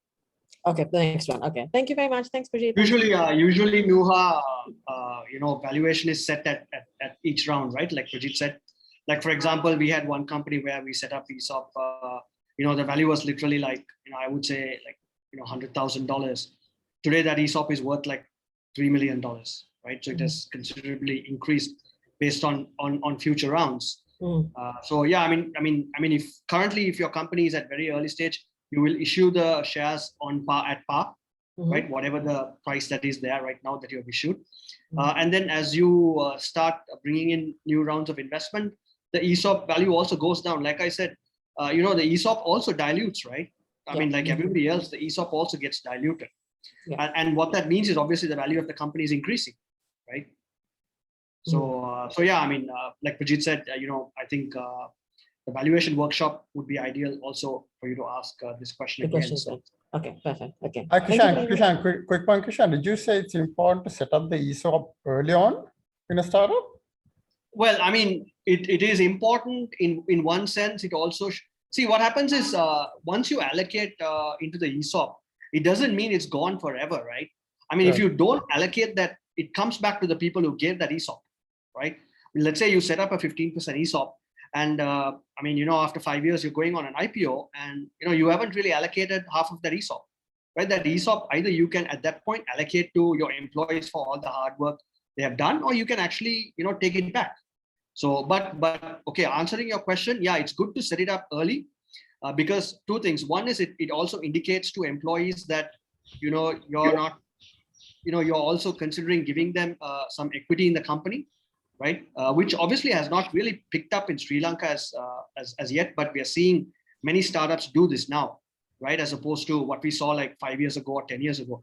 Today, all startups actually even know what ESOP is, right? So many of them are thinking about it. So as an early stage company, I think it's good to think that, and also it gives a good indication to your investors that you are setting aside some equity to bring in really good talent, right? So is there anything wrong in planning to introduce it later on where all the shareholders contribute to that ESOP pool later on? Well, I mean, not necessarily. So, I mean, you can set it up later as well. But usually when investors come in, that's one of the first things they usually ask for. Sorry, Prajit, did you want to add something? What I was saying is, look, when we go through this valuation exercise, we'll bring Imal in because he's gone through that journey. Yeah. Imal has gone through the journey of distributing the ESOP to his employees as well. So I know, including driver as well. At that time. So maybe he can explain how it works for him and the benefits it had for him. So it's very important that they set up ESOP today is because you can't bring in employees. But the reason why you're doing ESOP is because you don't have a team today that can complement your skill set, right? And because you can't bring in that team at the price you want. So that's the reason you're giving some of your shares to the initial team. Going forward at the next round and the third, fourth round, right? You can do a rights issue and then bring in another ESOP pool at a different stage. But your first set of ESOP that you create is to build your team, your core team. Because without that core team, nobody will come and invest in it. Right? Because if an investor doesn't see that happening, they won't want to invest in you guys, right? Of course, you are going to run the company by yourself and take it forward. That's fine. You can do whatever you want, right? That's a different way of going on the path. But if you are looking for investments to come in, very important to have that team. And hence, because you can't afford to pay those guys, the high caliber people who are going to come and have that passion and drive with you. The only reason the stickiness will happen also is because they have something. They're part of the company, right? And that's why I said maybe we bring in Imal for that workshop where he can talk to you about how he set up ESOP initially and then continue to set up ESOP later also, and brought in more people to create the pool of the operational guys, right, who had a thickness until exist. And I think that's what made his company. Right? So, yeah. Yeah, got it, Prajit. Thanks. Okay. Thanks, Pajit. Any other questions, or shall we move on to Shavindra? Yeah, Shavindra, back to you. So, Raghuram will take the session on a couple of things to consider, a few things to consider in terms of financial model. Raghu, are you with us?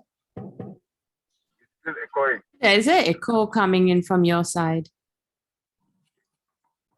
Yeah, I think he's passing on to Okay, Raghu, if that works from Raghu's side.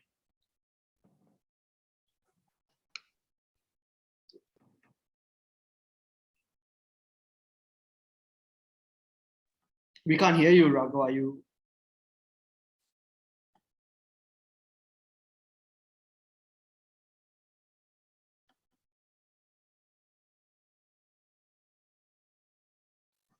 Raghu, are you with us?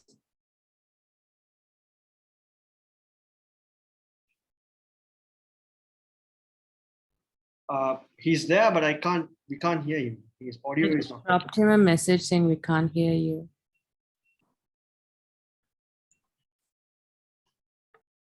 You have sent him a message? Yeah.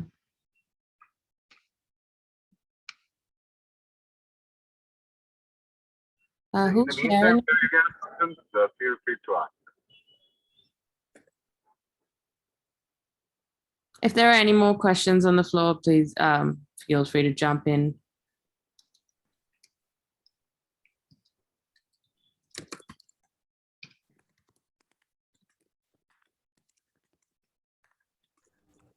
Hi, can you all hear me now? Yes, we can, Raghu. Yes. All right, okay. Perfect. Thank you. Shavi, shall I share the screen and continue with it, or you want to tab it? Okay, can't share. Fine. Raghu, anything that is okay with you. So I'll stop the screen so you can maybe. Okay, Shavi. So I couldn't able to share either because all right.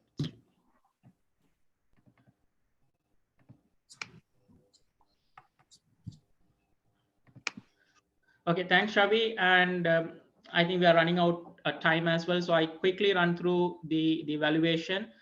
The financial model, of course, it sounds like a bit of a rocket science, but actually it's not, because we valued a lot of companies which are in the mature stage and they are IPO ready companies using the Excel sheet itself. So as a startup, as a founder of your company, if you could able to set up. Hi. Hello. Am I not audible again? No.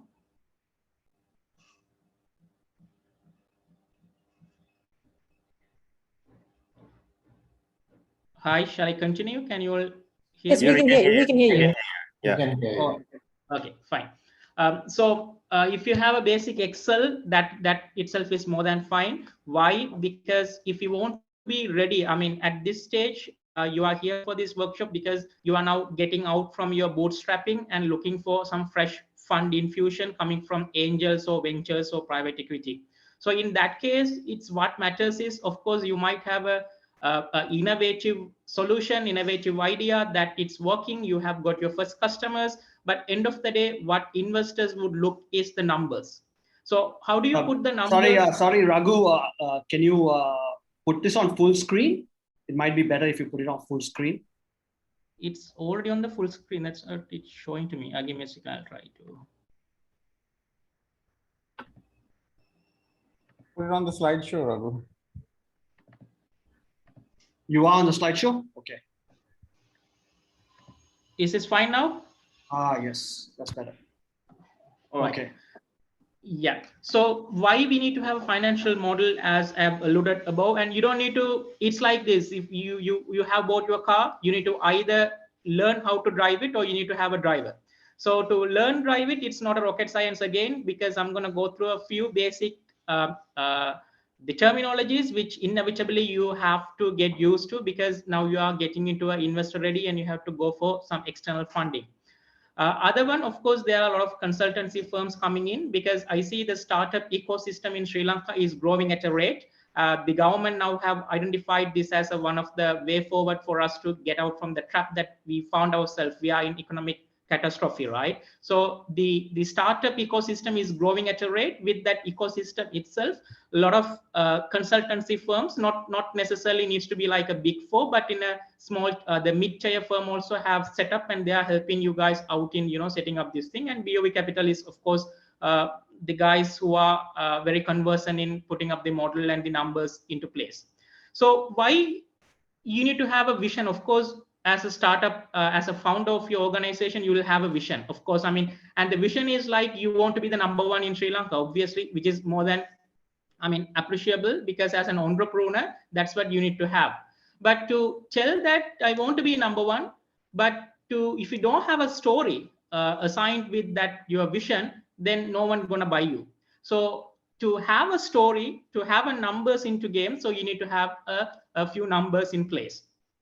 Then it's not, no, I mean, 5 years down the line, my revenue procession or the progression is about $1 billion, but if you don't know how to track the progress, if you don't have the milestones, if you don't have key performance indicators along the way, then you probably not know where are you heading.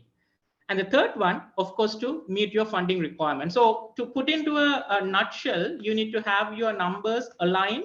You need to put your numbers into an Excel sheet. And when an investor is come and look at your numbers, it should make a lot of sense for him. For that only, we need to have a model in place.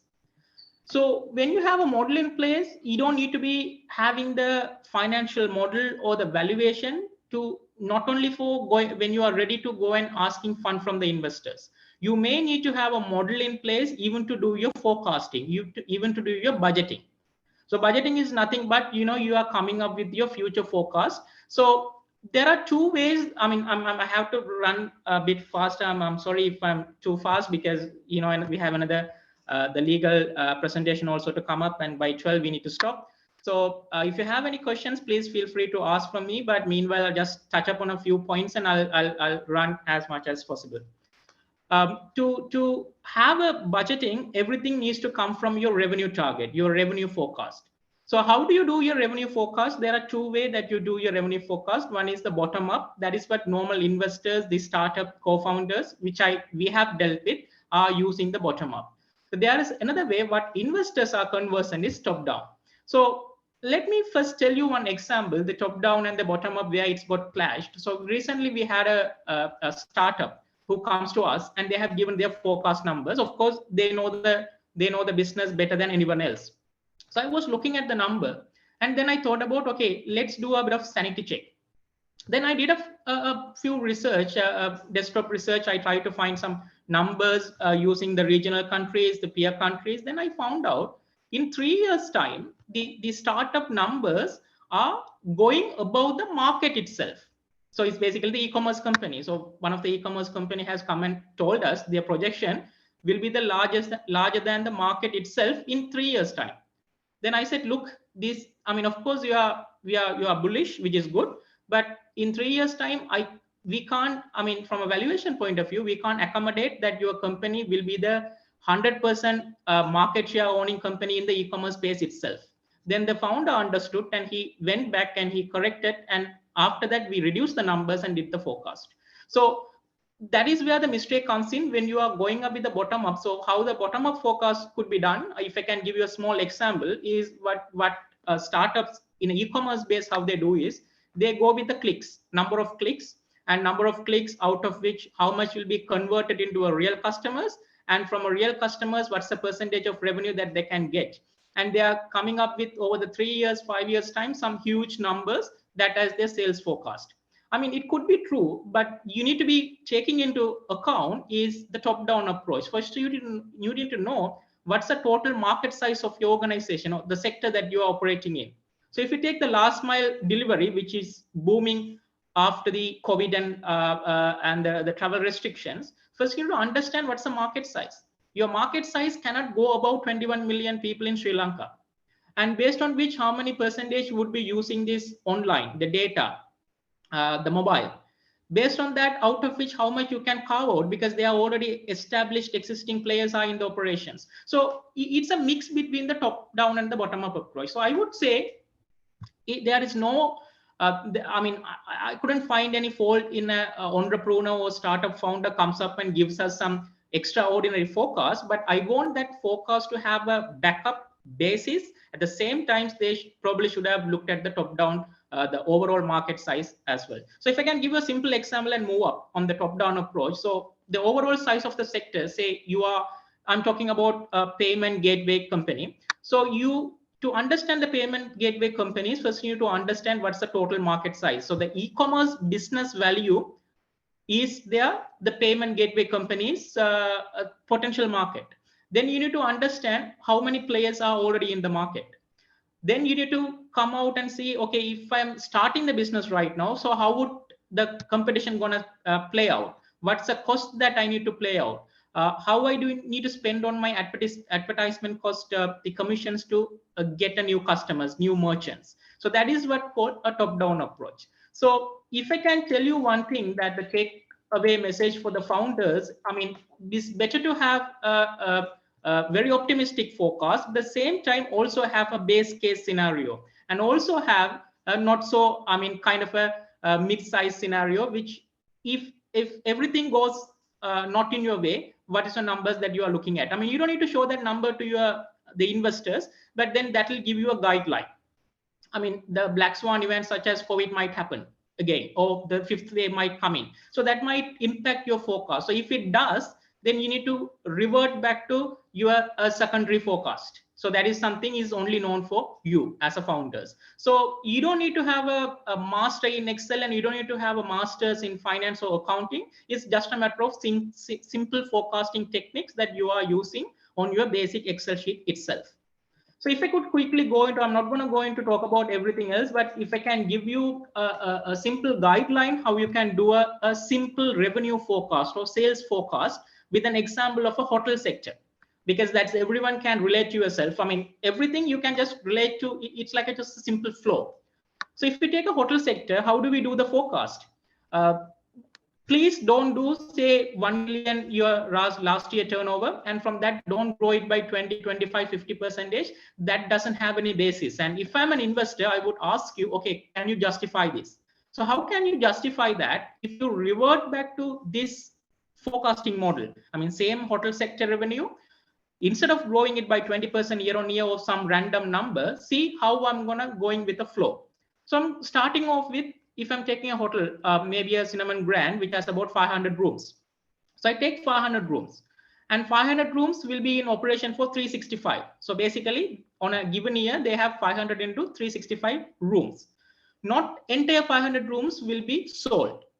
So then I have to look for my occupancy. So occupancy of 70%. So how did I come with that occupancy of 70%? I did a bit of research. SLTDA, Sri Lanka Tourism Organization, every year they release these stats. So if you look at that stats in Colombo 5-star hotel, what's the occupancy? It's going at around 65. So I'm giving 70% because Cinnamon Grand is an established name. The location is good. So I'm giving them 70% occupancy. Then I need to find out what's the annual room rate per room. So going in rate. So which is about $120. Then $120 will give me the total room revenue in a US dollar term. So then I need to convert that into the LKR because my finance and my operations are in LKR. Then I need to find what's the USD LKR rate. Now it's about 202 rupee. So I multiply by that, then I come to the revenue forecast of my company. So this is just for a hotel sector. So similarly, for all your organization, because as a founder, you understand the business quite a bit.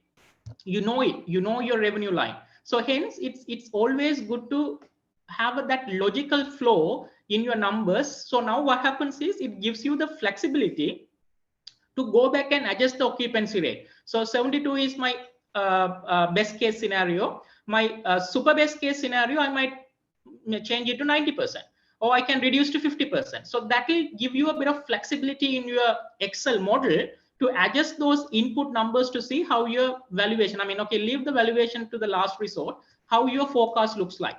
Similarly, for the COGS, the cost of goods sold, which is also known as direct expenses. So every companies will have direct expenses. Again, it's based on the identifiable method. I'm just running through, and operating expenses also similar. So I'm not going to dwell much on that because the revenue forecast, if you could be able to set up a model how to capture the revenue of the startup, that's more than enough. Then comes a few balance sheet events, and these are important events which will make you long way in valuation as well. The working capital and the investment in assets. So what most of the investors or startup companies are making the mistake is on the working capital and the investment in assets. So they come up with some, super revenue forecast. But to first I stop and talk about investment in asset, which is also known as capital expenditure. They come and grow the revenue. So after growing revenue, if you ask question, okay, your revenue line is growing. So what are your, how are you going to do this revenue line? How are you going to achieve that? So basically, if you are, say, for example, if you are a service-oriented company, a software company, we recently valued a software company. So they come and set a good forecast number. Then we ask, how do you want to achieve that? They said, okay, we are hiring new people. Okay, you are hiring new people. To hire a new people, you also need to have the new laptops for them, a working station for them. So have you considered your capex? Have you considered your cost of going into a larger organization or going into a larger workplace? So then they realize, okay, they grow the revenue line only, but they haven't considered what drives that revenue. So in accounting, I mean, again, I'll try to connect the accounting. It is not a rocket science. Again, it's very practical. So if you want to have a revenue, you need to have an asset. Through an asset only, the revenue is driving. So you cannot come and tell, okay, I'm growing revenue without having an asset, then it's mismatching. So make sure if you are growing revenue at a rate, the similar expenses which is related to the operating expenses, such as salaries, such as utility expenses, extra. At the same time, the capex, the capital expenditure is also growing at the same rate. And don't have a percentage of revenue because, I mean, of course, it also makes sense. But if you can have, okay, I want to hire a new 10 people. To hire a new 10 people, I need to get 10 new laptops. So one laptop would cost me 150,000. So that's about 1.5 million investment in laptop. I want to hire a workstation, which cost about 50,000 table and chair. So 50,000 into 10, that's about 500,000. So 10 people, if it become 20 people, then I need to move into a new place. So per square feet, I'm paying rental of say 100 rupee. Now I have to pay per square feet rental of 150. So these simple assumptions will take you to a long way in coming up with your budgets. And the budget itself can be converted into valuation as we move along. The working capital example, of course, Shavi had touched upon. But if I can give you a simple example, say when you are in a startup position, you get your revenue, you get your you sell your product, you get your income, and you are settling off your purchases. It's like creditors. So what happens is, as you growing, then there will be a large order comes through a big organization. So say, for example, Keel's coming and putting an order for you to supply I mean, I'm talking about tangible assets. So in that case, you can't expect Keel's to pay you money upfront, because they have the highest bargain power and you guys don't have. So in that case, you need to have a bit of investments, you need to have a bit of money upfront to produce that producers, and to after supplying to them, then they'll take about few days to give their the payables, or the amount of money that they have to give back to you.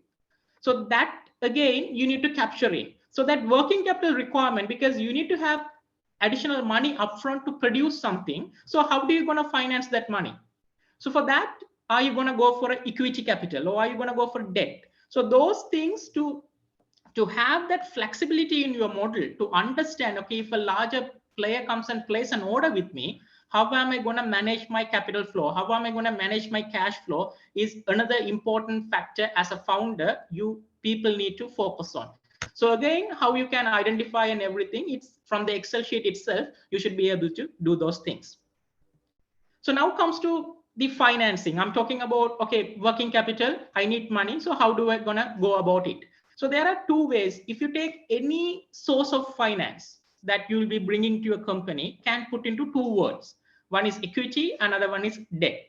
So by now you probably would have familiar with these words. So debt is something, okay, you don't need to let go any control of your organization. You don't need to give your organization to anyone, but you can get your debt. But what is the flip side of the debt is, if you're going for a bank loan, bankers going to ask a lot of questions. They'll be asking collateral. They'll be asking a payment commitment. So if you are a pre-revenue company, or you are burning your cash, you don't have money payments.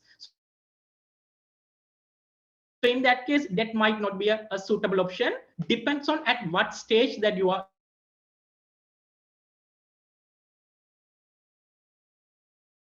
in.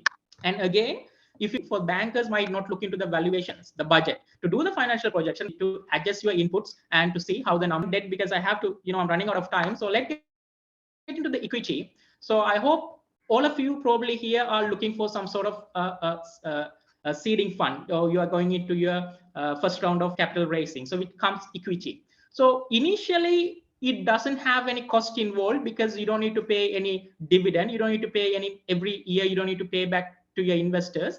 But what happens is, it comes with the dilution of your shares. So you may have to let go a certain amount of certain set of your shares. So that's similar to the ESOP as well. So ESOP, again, you are giving up in your, Kishan was telling, it's about 10 to 15%. So it's kind of negligible when you are looking for people to good people to work for you. So that is about the equity and debt capital. And the IPO is the exit. And I have seen a lot of companies, the family-owned companies, when they come to IPO, they are not ready because they don't have a proper system in place. They don't have proper accounting system in place. They don't know where they are leaking money. They don't know where do they get their money. So when they come to IPO, these investment bankers are telling them, okay, take a year's time, get your controls in place, get your budget in place, then come, then we'll take you to the IPO. So as a startup, I mean, what Shavi had told and what I'm telling here is to have a proper system in place now itself. So it will take you a long way once you are going for these funding requirements and the funding rounds. So equity, we can go and talk about that, but I'll keep it at this level because I understand BOB Capital also have organized a valuation session. So they'll be talking about that in detail. So I'll just keep it at that itself. So you have now inputs to your model. So what are the outputs? So you don't read it as an income statement, balance sheet, and cash flow statement as something that you must prepare because someone is forcing you. Don't think in that way. So the income statement, balance sheet, and cash flow is trying to tell you something about your organization. So show some love towards them. I mean, it's not really a statutory requirement. It's something that will help you to fine tune your business organization. So what does income statement going to tell us? It's going to tell us how your business performance during a month, a quarter, or maybe in annual performance. In annual, so there are a few key metrics that you need to familiarize yourself because when you are going into the investors, so these are the key KPIs that investors will be looking into: the gross profit, operating profit, net profit, and all important ROE, return on equity. So what is the return that they are getting on their equity infusion? So you need to familiarize yourself and you need to steer your company towards achieving that targets. So if you don't know what is gross profit, if you don't know what is operating profit, and if you don't know what affects this gross profit and operating profit from income statement point of view, then you might miss a trick. So it's again a game, as I said, it's as Mr. Mustafa is talking about the ROI, startup is a game itself. So you need to play it around. You may have, as I said in the earlier, you may have a super idea, a super innovative technique, but if you don't know how to sell your organization, if you don't know a bit of numbers, I mean, you don't need to be masters in accounting again, as I said, but you need to know about a few keys.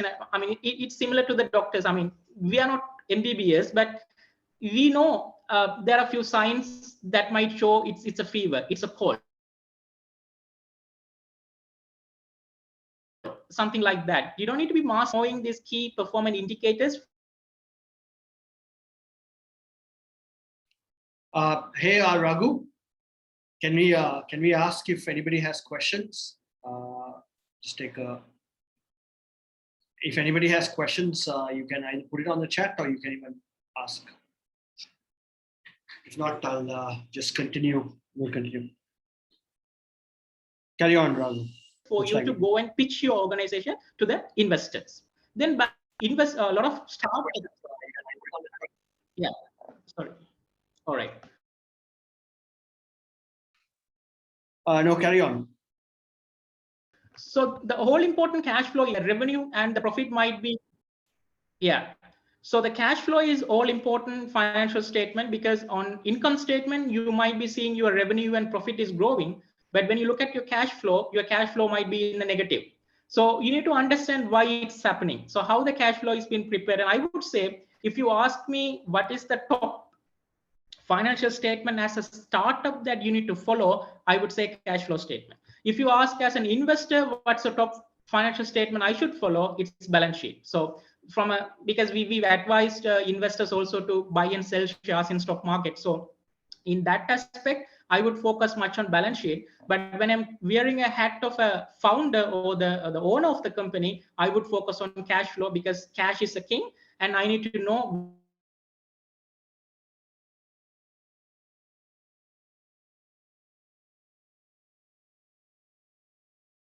business as well.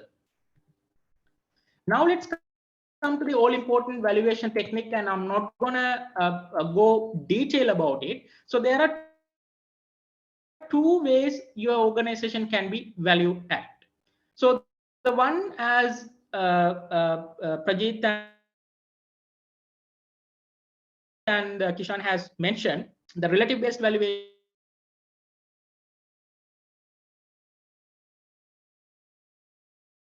is multiple based valuation. In a simple term, so what is multiple?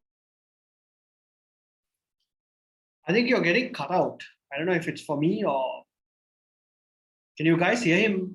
So I'll show you one example. So if I could able to. He's breaking up for us as well. Yeah, Raghu, I think you're breaking up a bit.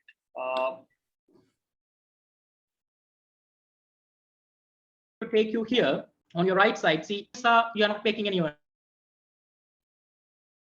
Raghu, can you hear us? I think you're breaking up a bit.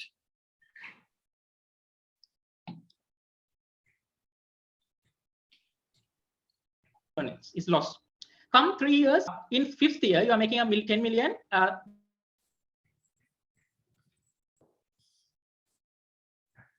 Ashwini, you want to send him a message? Yeah. I think with a profit of 2 million. So the multiples, at what multiples the investor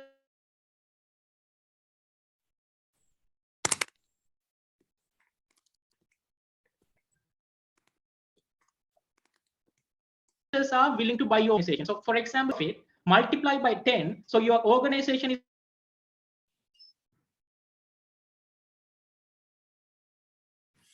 Raghu, you're breaking up really badly. is valued at 7.5 million. So that is multiple. Then there are Raghu, sorry to disturb you. We can't hear you. It's breaking up very badly.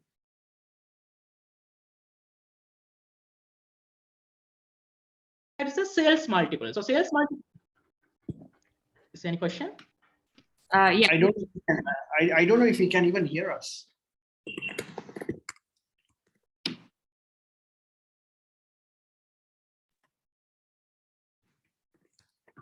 Raghu, can you hear us? If I can talk to him. Okay. So there could.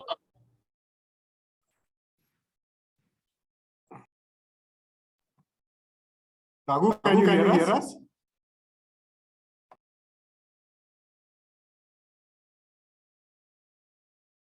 Raghu, you've muted yourself. Can you hear? Raghu, yeah, I think you're breaking up. We can't hear you.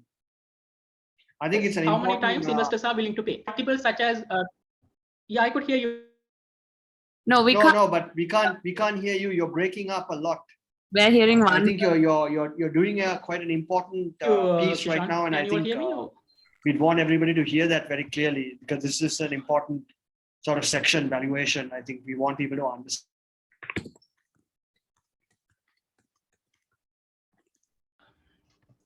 Can you all hear me now? Is it possible for you to swap over your connection to maybe a hotspot?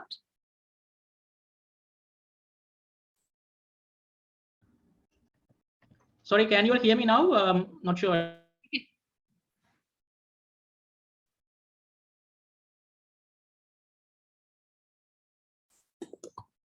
What's happening? Can you hear us?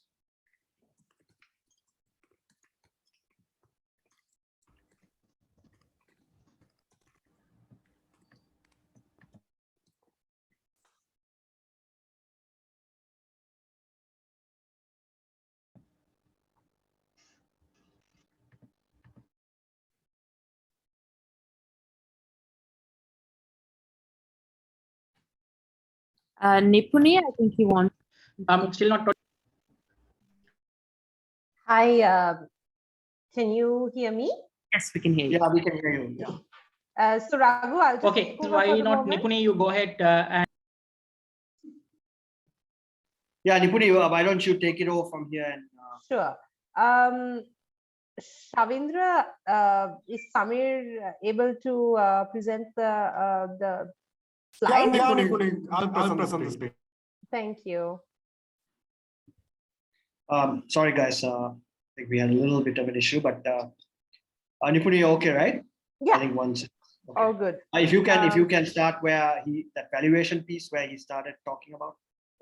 Unfortunately, I will have to swap over to the legal because I'm the lawyer. Oh, I see. Maybe once Raghu's connection comes through. So is this good or sorry, first Yeah. Let's go through this. All right. And then we'll quickly finish off with Raghu's stuff. Sure.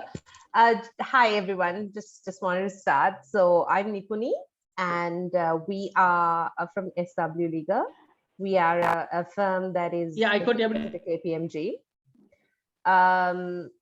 I just want to know, in terms of housekeeping, how long do we have? Because I understand this was supposed to end at 12. Yeah, so you probably have about 5 minutes. Okay, that's a tall I hear order. you, but looks like that's one of the most important things, right? Ashwini, she probably has about 5 minutes, right? Yeah, but I think if everyone's okay, you guys could have half an hour since it's important. Sure. I'll just, most of it was a lot of details, so we'll just go through like a few things. If you can switch over. So, Shavendra, if you can just go to the previous slide. So what we were trying to do is to kind of give you an idea of the types of business available, difference between the limited liability companies and partnerships, how the company registration process runs, IP and other compliance, and I think agreements and key points and restrictions on foreign investments might be important as well. So I'm not sure whether everyone is familiar with this, but I would assume most of you are looking at partnerships or companies. I won't really go into detail, but companies, I think the most common type of company is going to be a private limited company. You do have provision under the Companies Act to have unlimited and guarantee companies. Unlimited companies are very, very rarely used. Guarantee companies are more used for charitable or that sort of purpose, other than not necessarily the profit-making purpose. Public companies are basically an extension of private companies, but it has a higher number of shareholders and a higher compliance requirement. And that's the next step from private companies to public companies when you want to get in funding and then list. So it goes from private company to public company to PLC, which is the listed version. So yeah, this is a quick comparison. I won't really touch on partnerships, but partnerships are perhaps a less formal way for businesses to be conducted. It's generally 2 or more people. There's a statutory limit of 20 that get into business for some sort of profit-making purpose. There is a registration procedure under the various provincial laws, so it really depends on which province you're in. And now you tend to see partnerships more for like the informal businesses, and also for professional firms like law firms and accountancy firms, because that is what is mandated under the laws of those various professions. I think one of the main things about partnerships is that you have unlimited liability as opposed to limited liability companies. So basically, partners are liable for business debts up to even their personal assets. And a peculiarity, because it's a very old law, is that partnership ends once one of the partners dies. So every time a new partner acceds into it and one retires or dies, it's technically in law a new partnership. It's a very technical legal point, but out of interest, you might actually want to consider it or want to know about it. So partnerships, one thing that I do want to point out is there is no limited liability partnership provision in Sri Lanka. you might have heard of LLP models in other countries. Currently, it's not provided for under the law. Whereas we have limited liability companies, so your standard private limited company. Under the Sri Lankan law, a single shareholder, so one shareholder, one director, unless of course you have foreign investment, so that's a different area altogether, will give you a very quickly registered private company, which can be registered under the Companies Act and taken up at the Register of Companies. Slightly higher compliance requirements, but overall, probably the most recommended type of business for you to set up a startup and run a startup. Could you switch the next one, Sharon? Thank you. So I don't know whether most of you are aware, but a company has a name reservation and approval process. So a company is generally identified by its name. So you get approval for the name. So for example, one of the peculiarities is that you can't have the word Sri Lanka in your company. So a lot of the subsidiaries of the international companies want that. The word Sri Lanka is not allowed, but you can have, say, Lanka or Ceylon, because Sri Lanka denotes that it's connected to the government, so that's not allowed. And it's at the discretion of the Register of Companies. It's very simple. So you just say who your directors are, and you get a consent form, which is Form 18. You have to have a company secretary on board. Form 19 gets their consent. You have to assign a number of shares. And also keep in mind that there is no provision for what was called par value under the old Companies Act. No provision for par value of a share under the new Companies Act. When I say new, it's a 2007 Companies Act. But some of you may know that there is a comparison between the old one, which is 1982, and 2007, which is the current one in progress in Sri Lanka. So yes, something that I wanted to point out, that company incorporation is now online, and it's generally quick and easy. Of course, there are complications if you have foreign investors right at the start, but it's generally quick and easy, and 2 weeks or less for the whole process. The next thing I wanted to kind of point out is the articles of association. So this is a running concern or a going concern. Your articles of association is essentially your company's constitution. So if you're getting in investors, it is typical for investors to want changes to your articles of association. Main areas of changes would be notice requirements for meetings. So if you're foreign investors, for example, they'd want to know before a company meeting is being held. They'd want to shift as much of the decision-making power, depending on the constitution of the decision-making, to shareholders or directors. So for example, there have been instances where we've had a minority stake taken by a private equity investor, like 30% or something. But they wanted board representation, and they wanted to shift everything permitted, all the decision-making power permitted under the Companies Act to the board, because there are, of course, certain things that shareholders must decide on, and there are various majorities. There could be 51%, which is the normal majority. Then you have the 75%, which is the special resolution majority. Depending on your articles, unanimous decision making. It really depends. You can make it as easy and simple as decision making goes, or you can make it as protective and complex as you like. So articles of association, to incorporate, you can have a standard set, and as you get investors and various investors' needs, can be quite complex as well. Shavindra, if you could switch over. Right. If you can go to the previous one.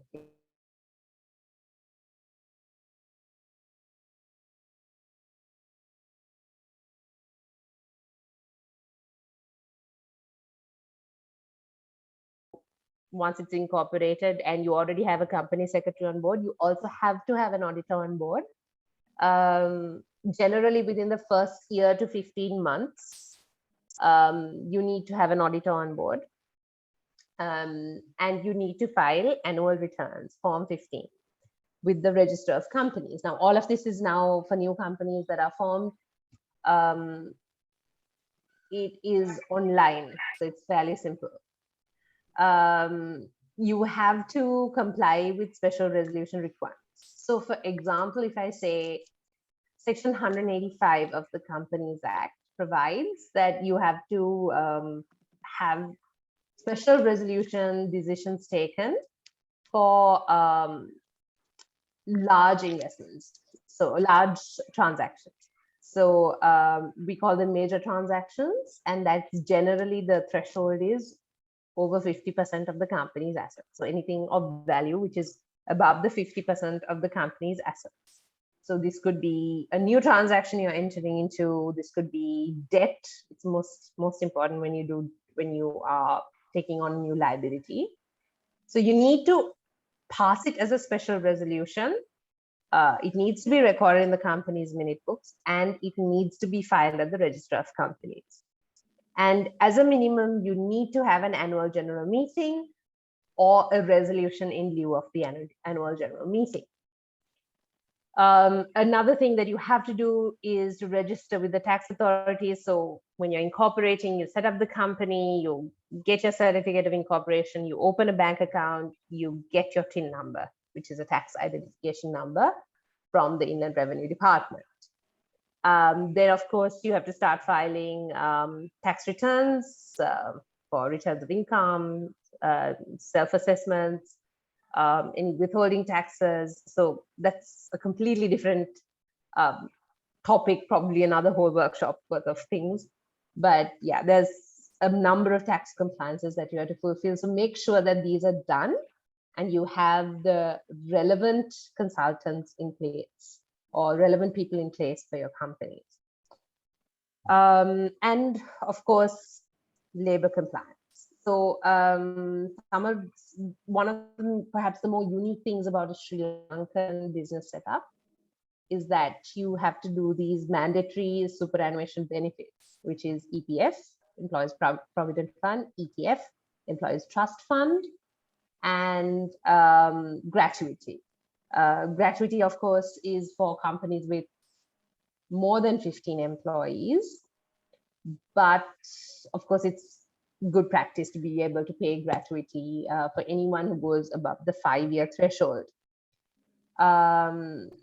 So, Shavendra, still on the previous slide, just a couple of things that I want to point out for you is that most of these, if you fail to do it, and if you fail to do it on time, there are penalties associated with them. The worst being with the tax and labor compliance. So you need to make sure that because the enforcing officials, the Department of Inland Revenue and the Labor Department have quite wide discretion on how much they can impose in terms of penalties. Companies Act not so much, and you still have penalties, of course.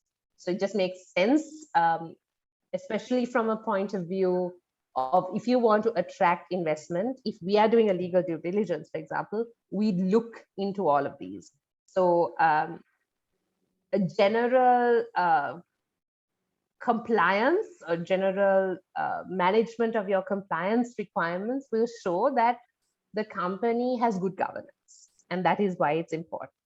And for an investor, say a PE firm, or people who are professional investors, the fact that there is compliance, the compliance requirements are fulfilled, will give them an additional safety and trust in the company that it is transparent and it will fulfill all its governance requirements. So I think it's pretty important, though it does tend to get overlooked. So you need to be very careful with these areas. Shavendra, if you could switch. Yeah. Right. So again, I don't know how relevant this will be, but if you require foreign investors if you are to bring in foreign investors, you need to comply with all of these or rather with some of the requirements under the Foreign Exchange Act. I see a question. Yeah, a foreign company can own 100% in a local entity, given certain exceptions. So the general rule is yes, they can, right? I will get into the exceptions to that rule. So the general rule, Camilla, is that yes, foreign investors can own 100% local entity. Exceptions, which I will deal with in a moment. So I'll just cover this. The general idea is that a normal investor in Sri Lanka, foreign investor in Sri Lanka, can invest. The first entry requirements are under the Foreign Exchange Act. So a foreign investor will have to open what is called an inward investment account. That is absolutely necessary for you to put in the capital, for the foreign investor to put into the capital. So if you are attracting investors from abroad, generally there's no trade restriction with any jurisdiction. There are certain concessions you can get under the Board of Investment. If you like to go under the SDP, but that SCP or the strategic development projects are very, very large investments that come into Sri Lanka. So it may not necessarily be relevant to you. And up and coming are investments into the Colombo port city as well. And yeah, we have bilateral investment treaties with so many countries and double taxation treaties that are very advantageous in certain jurisdictions. For example, through Singapore, the taxation rates are lower. It's something like half, if I remember, at last check. So foreign investors who tend to invest in Sri Lanka, if they can, do set up in Singapore and route the investment through Singapore, for example. Yes, Shavi, you can switch. Just click through, Shavinder.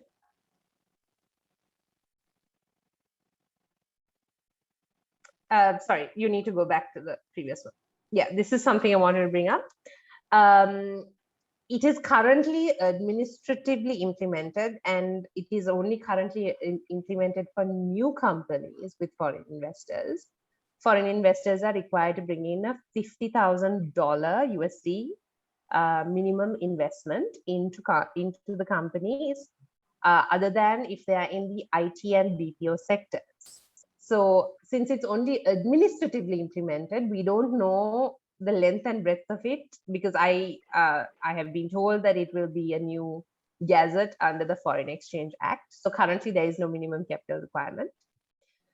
So for example, if you set up the company and then sell down to a foreign investor, they may not need to put in $50,000, but that may be extended under a new gazette. So this is only currently administratively implemented. If you have a brand new company and you have a foreign investor, they are required to put in $50,000 into their IIA and provide proof before the company is incorporated. You can switch over. Right. So now to answer Camilla's question. Here are the restrictions. So no foreign investment is allowed in pawnbroking, coastal fishing, or retail trade. Retail trade is defined to basically be sales to the end consumer, if I put it very generally. So if a foreign investor needs to invest in a retail trading company, they will have to put in at least $5 million in the IIA. So you could have certain areas that we see that have the restricted or the limited investment capability for foreign investors. Things like where our industries have quota restrictions, and we see a lot in the primary processing of these agricultural products like tea, rubber, coconut, and so on. we have in mining and fishing and mass communication as well. So this entire list that's on the screen has limited. So unless the Board of Investment, or I believe other regulatory authorities that have some purview over these, agree, the foreign investor can only hold up to 40% of the company.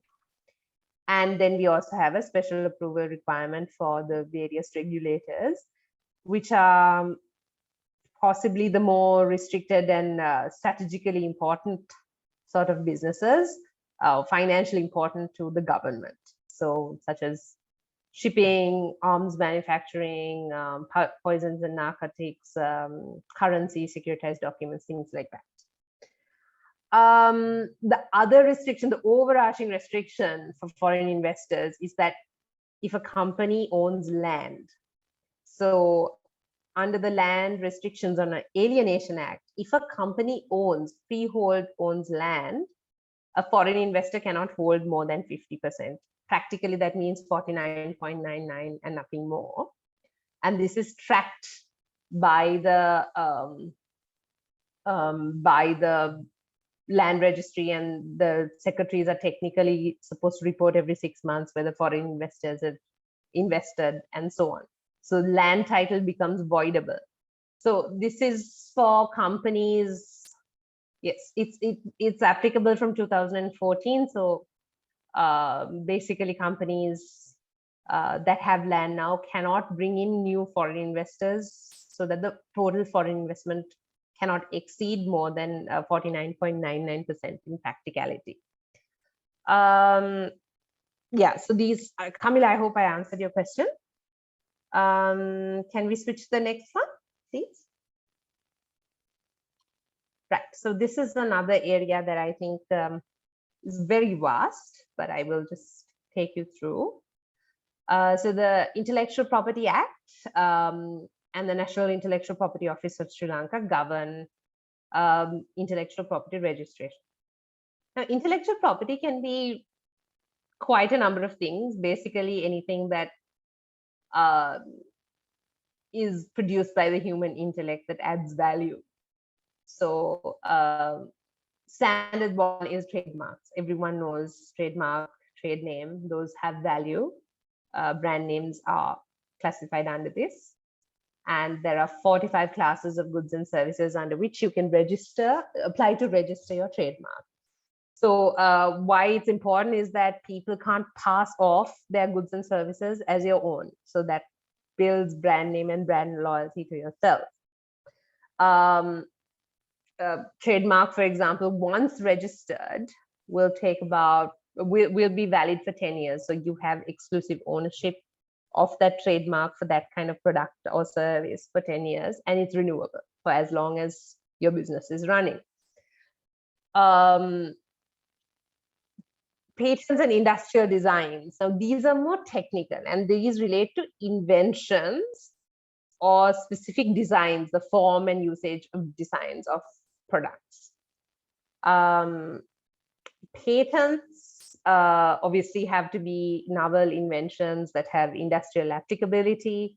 Industrial designs, slightly lesser set of requirements, but it basically means that it relates to the form or functionality of certain products, like the shape of an item and so on. Okay, Chaturika, I'll answer your question in a moment. So patents, yeah, Shavindra, you can click there actually. Patents, yeah, this is the idea that I want to give you, is patents, trademarks, and industrial designs. You have to register. I would say that you should register it. It's not very costly, but I will tell you that it's a very time-consuming process currently because there is a major backlog with the National Intellectual Property Office. Copyrights, on the other hand, arise as they are produced. So copyright can basically be anything that has its literary, music, or authorial works. It can be any of those sort of creative rights and software. So copyright doesn't have a registration regime, but you kind of need to have proof that you're the one who created it. So it's not an idea, but it's some execution of an idea. So an art, a painting, simple things are like painting, music, software. You need to record that you are the one that created it, or you and your business associates are the ones that created it. I see a question from Nama. You've raised your hand. One question is that if you want to get some kind of a patent for an algorithm, assume that there's a platform. Within the platform itself is not a patented one. It's a common, say it's a common nature, but we introduce a couple of algorithm to do certain processes, which is unique, which nobody has done. So how do you take patent for such things? Okay, so that is a very very interesting question, because under the Sri Lankan law, there is nothing to say you can't patent a software, but it's not generally granted. You have copyright in algorithms and software development. So you have to sort of keep that source code and the I'm not very clear with the technical jargon, but I believe there is like a set of documentation that you would do to show that you have invented it, that what is the thought process and so on. Sorry, Nipuni, this is about IPing algorithms, right? Yeah. What I have heard from IP lawyers is, I think what I've heard from IP lawyers is that you can't IP algorithms. Yes, generally that is the consensus, because ours is based on a very slightly older sort of international convention. You would see this in perhaps the US, but under the Sri Lankan law and some of those that follow the various older conventions, copyright, patenting of algorithms and software and so on is a bit difficult and possibly not accepted. So it might be very difficult for you. But I thought, Amazon patented that one click, but that's I guess they patent the process, right? They probably possibly didn't. Yeah, but it depends on where they registered also. Probably the US, no? I think they must have registered. If it's the US has a different system, so they may allow it. They do allow a lot of the software to be patented. I think the solution is copyright, is it? Yes, solution is copyright. You immediately have the copyright. So as soon as you create it, so long as you keep your source codes, and you have to have a record of how and when you invented it, how and when you came up with it. So if you ever see that someone else is trying to copy it, then you have a claim against them. Yeah, because I mean, I don't think that in future, most of the time the software itself won't be very patented or very unique in nature. Rather, within platforms, there will be many algorithms, the way of processing things will be very unique.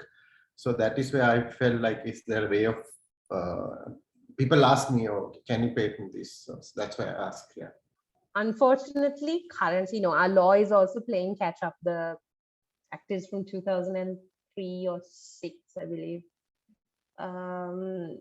So it's playing catch up to this a lot.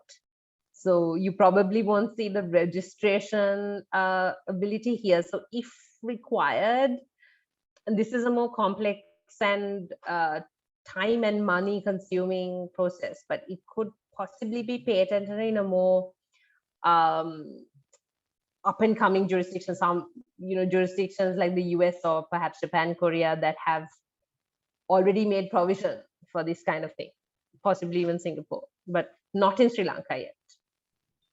Sure, thank you. No problem. And I have a question from Chaturika. What are the things we should consider when transferring IP to another company? So I will get into that in a moment, because I will also consider it under the types of agreements. Chavindra, if you could just switch. Let's skip this for the moment, and if you can just go to agreement clauses. Yes. So I'll come back to that. But agreements and key clauses. So especially when trying to attract investment, this is the kind of thing that you will come across. You come across various and many fangled kind of agreements. So your standard for companies that try to for investors would be a share purchase agreement if you're selling down some of your shares, or a share subscription agreement if you are issuing new shares. And that is, I think, the decision is key. So if you have a share purchase agreement, you, the seller, gets the money. If you want money to go into the company, you need a share subscription agreement. So the money hits the company's account. So in addition to that, we've had situations where if it's not a total sale where you have a share purchase agreement, then you would have all these other types of agreements like joint ventures. You'd have shareholders agreements where each shareholder decides what kind of powers they have. If you recall, right at the start, I said, depending on how complex or what kind of powers an investor wants, their shareholders agreements would probably have things like voting powers, how they exercise their votes, if they have more directors on the board or they want more directors on the board, then they'd shift a lot of the decision-making power to the board. If they have more power at the votes, they'd want to decide on most things at a shareholders meeting. These shareholders agreement, joint venture agreement sort of things will also get translated into more updated articles of association. So it's very, an M&A or mergers and acquisition transaction is quite complex in that sense, because you have to decide on what types of agreements and what are the standard clauses that go with it. In addition, when you're running your business, you see supplier agreements, you see agency agreements and distribution supplier agreements, things. And to answer Chaturika's question, when you're transferring IP, or if you are, it depends really, if you're transferring ownership or if you're just giving someone the right to use, you have to enter into a type of agreement. So if you're transferring, it's a straight up transfer, and you would do an agreement to transfer and you get paid for it, you get consideration for it. Or sort of like the gift that keeps on giving, you can license it and get license and royalty fees on people using your IP rights. So it's more common for copyrights and related rights to copyrights and patents. You can license patents out and say, pay me something out of it. And you'd value it and get a royalty on that. Chaturika, I hope that answered your question. Right, great. One more thing that you need to remember is if you are licensing out, you need to register that license agreement at the IP office so that there is a record of it, there's no official record of it. So don't neglect the small compliance requirements like that. I know it's such a loyalty thing to say, but makes life very difficult when you're trying to get investors in or trying to face a dispute. So in supply distribution agreements, some other things that you all need to make sure you have. You need to clearly define the scope. You need to clearly define fee and payment terms, responsibilities, where your liability ends. For example, product liabilities. You need to sort of define, I will take responsibility for maybe the functionality of the product, but I don't know how you're going to store it and sell it to an end consumer, for example. Then where that supplier or distributor or so on will have to take responsibility. You need to define all of these. Another important thing is, for example, if they're using your IP, your trademarks, you have to build that in. Other things that we see, you think would make sense to everybody when I'm saying it, but something that we see is that people neglect to put in proper termination clauses. So one of the main things that you need to think about at every agreement that you enter into is that there is a sensible exit strategy. You need to be able to exit in a sensible way. So your termination clauses have to provide for as much as possible. You would also have confidentiality, where especially you have, for example, new technology, algorithms, or designs, patents, that sort of thing, or even copyright. You would have to have pretty tight confidentiality clauses. And it always makes sense to sort of define how long an agreement is going to run for, along with your termination clause, and also strong dispute resolution clauses. Now in Sri Lanka, it really depends on the type of industry you're in. Sometimes it may make sense for you to go into arbitration, which is a private sort of environment where you can decide on how to resolve your dispute. So there are various types of rules around that. And you can decide it can be in a formal arbitration center, or you can have a very informal sort of process as well. And you can maybe have a subject matter third party being your arbitrator, for example, an engineer or a construction contractor, something like that, someone who knows that area. That is the kind of flexibility you won't get in a courthouse. But a courthouse has more enforcement power. And if you want, for example, to stop someone from doing something or to force them to do something, which we call specific performance in law, then a courthouse is your best bet, at least for this short-term sort of response. So we call them enjoining orders or specific performance orders, where you can ask for a certain thing to be done or stopped, mandatory injunctions in the short run. So again, it would be very dependent on the type of business that you're running and type of agreement you have with the third party.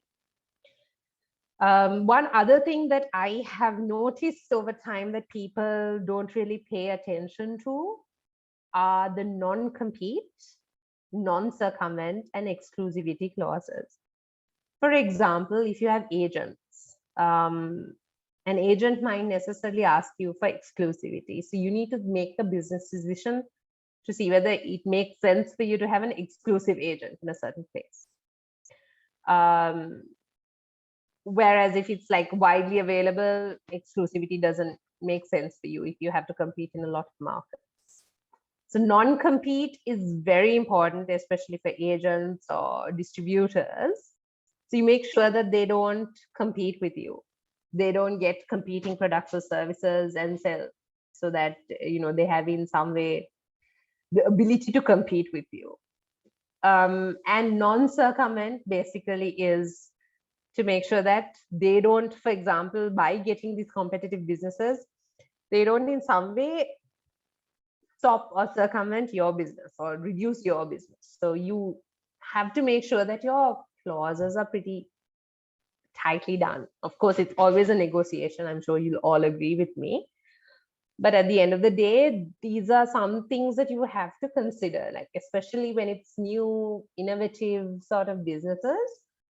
You need to consider all these non-compete, non-circumvent, and exclusivity clauses. Those are very important for all these types of agreements. Shavendra, if you could switch to the next one. Right. So the next things that you have to consider are debt agreements. Again, very important. So you'll have loan agreements, various facilities from banks. Always keep in mind that if you have financial institutions that lend to you, they will have facility letters that will have a number of clauses, including change of control clauses. Now, what that means practically is that you can't really change any structure. You can't bring in investors, you can't refinance, you can't do anything without their consent. And if the loan agreement, even from a private lender, is large or pretty tight, that would generally be the case. So it's always important for you to make sure that these are documented. What happens, the capital, the repayment, what happens if you default. You need to have those down watertight, and you need to always have it in the back of your mind when you are entering into the various transactions. So generally, these will also carry securities like mortgages. Charges would have to be registered in the register of companies if you have floating charges of your stock or debt or stock or book debts and things like that. So there's a bunch of compliances around facilities and loan agreements also that you need to ensure that you have thought about when you are entering into debt. Also, don't forget that debt will have an impact on your solvency. And this roll down effect of that is that unless you're solvent, generally you can't take some of the decisions under the Companies Act because you are required to be solvent at all times. Practically, there are companies that skirt the edges of it, but it's not a very good place to be if you are going to look for investors. So the other things, of course, lease, rent. Leases are always recommended so that you have,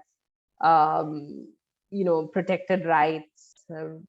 People do enter into informal rent agreements, not something that we would recommend, but written down lease agreements that are registered. Yes, you have to pay the stamp duty, but it's always advisable.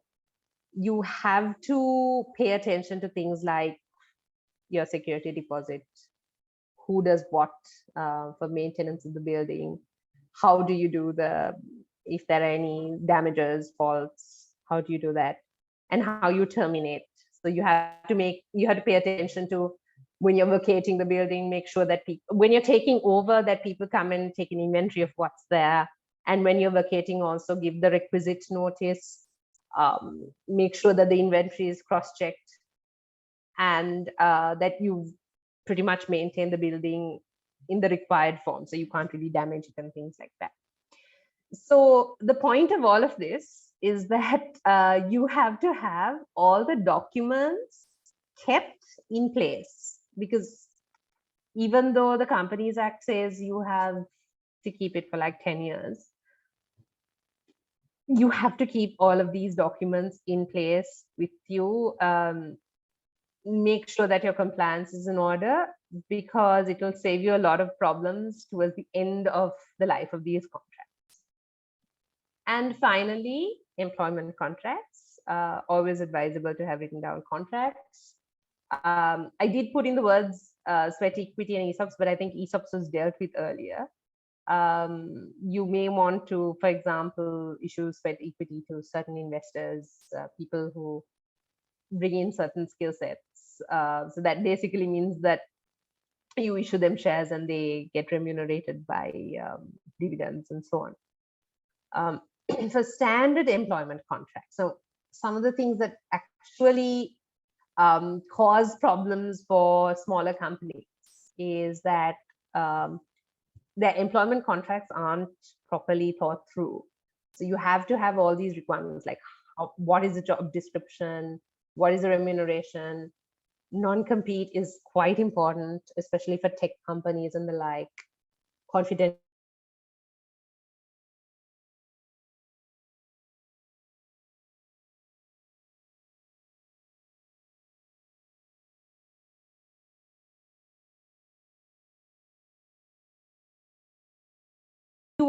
Making someone's employment, you have to keep a track. You have to have an inquiry, an impartial inquiry. You have to have documentation to prove that those people have been insubordinate or something like that. So it's very difficult to terminate, and keep in mind that the labor courts and the labor tribunals generally tend to take the employee's side unless you can prove that there has been some very serious breach, like fraud or something like that. So I'm not saying that it's impossible, but employment related contracts are a difficult road. But of course, I mean, it's a fact of life, so you have to keep it. The very final thing that I want to sort of point out when it comes to employment contracts is be very careful about how you calculate your EPF ETF. A conservative view is that all fixed allowances should be considered when you're calculating EPF and ETF. I would be very hard pressed to recommend otherwise. There are different opinions out there because, but the EPF ETF Act is very, it's very expansive in the way it defines what the wages are. And people, you can't have people working for you full time on like 8 to 5 contracts and call them just contractors. That is, I mean, and of course, if it's only for a short time, like 2-3 months, then that may make sense. But the EPF ETF Act also covers those people. So you need to be very careful about that. If I think as a rule of thumb, if it's going over 3 or 6 months, you probably need these people on your payroll and you need to be paying EPF ETF for them. So the line between employment contracts and service contracts is very, very, very fine. And you need to be very careful because EPF ETF can hit you with,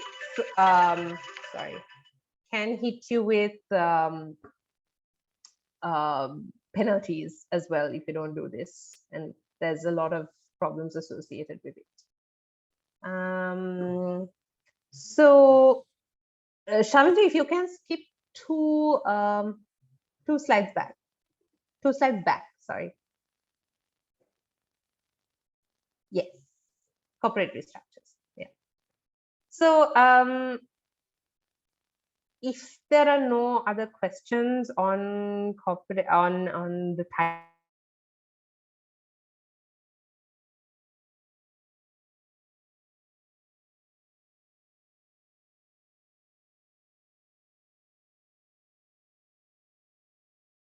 startups, their exit strategy is your payday. Because if you start it up, you run it right, and you can exit at higher valuation, you've got your payday, you've got your return on investment, right? So, for example, if you start up and you start a company, then you go in for the next set of investments. You have what you see on the first box right at the top left, share acquisitions. You sell off or you buy shares or whatever that you either buy into a company or you sell it off. So you have an acquisition. The next one is mergers and amalgamation. So 1, 2 or more companies, maybe you want to integrate. You can backward integrate, forward integrate, whatever. Or you have the same sites, same sorts of products that make sense that it's run under one company. You can merge. You can add your strengths together. We call it a merger and amalgamation. The next thing is closely linked to the loans and debt financing. If you feel that you have taken on too much debt, you can speak to your creditors and do restructuring of your debt. So that's quite complex. Again, it has a lot to do with your solvency, your cash flows. But debt restructuring is a possibility because if you don't consider it, your creditors can step in and liquidate. So that's also an issue. We have situations where you issue debentures, also called corporate bonds. Debentures are the term for debt securities in Sri Lanka. You can issue those debt securities as well, coupled with some sort of coupon rate. It's up to you, really. You can structure different types of debentures. You can structure different types of shares if you are not restricted by your articles of association. And there are various types of things that you can do, like you can convert your debentures into shares. You can have preference shares, which you convert into ordinary shares. You can repurchase the shares. You can redeem them. Various options for you to change the composition of your company's capital.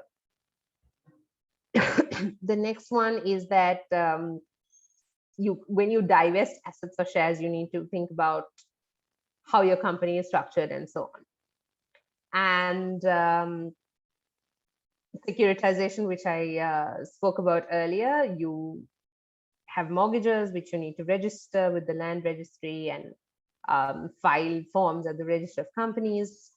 So it's forms of securitization. Various assets can carry that. Relocations, of course, I mean, it is what it says on the tin. And liquidation. Finally, if you want to shut down a company, generally you have liquidation. You can do it as a voluntary liquidation by the shareholders or by creditors. You can go to court, or if the company just goes into dormancy and has a zero asset, zero liability position, let's say for a couple of years, you can just have it struck off as well. So that is basically what I want to touch on. Sorry, I've just covered very wide topics by just introducing anything. So yeah, I have covered some of the ideas that I want to just put out to you that you need to have in mind when you are setting up and running a business. Yes, Shavenger, we can go to Q&A if you want.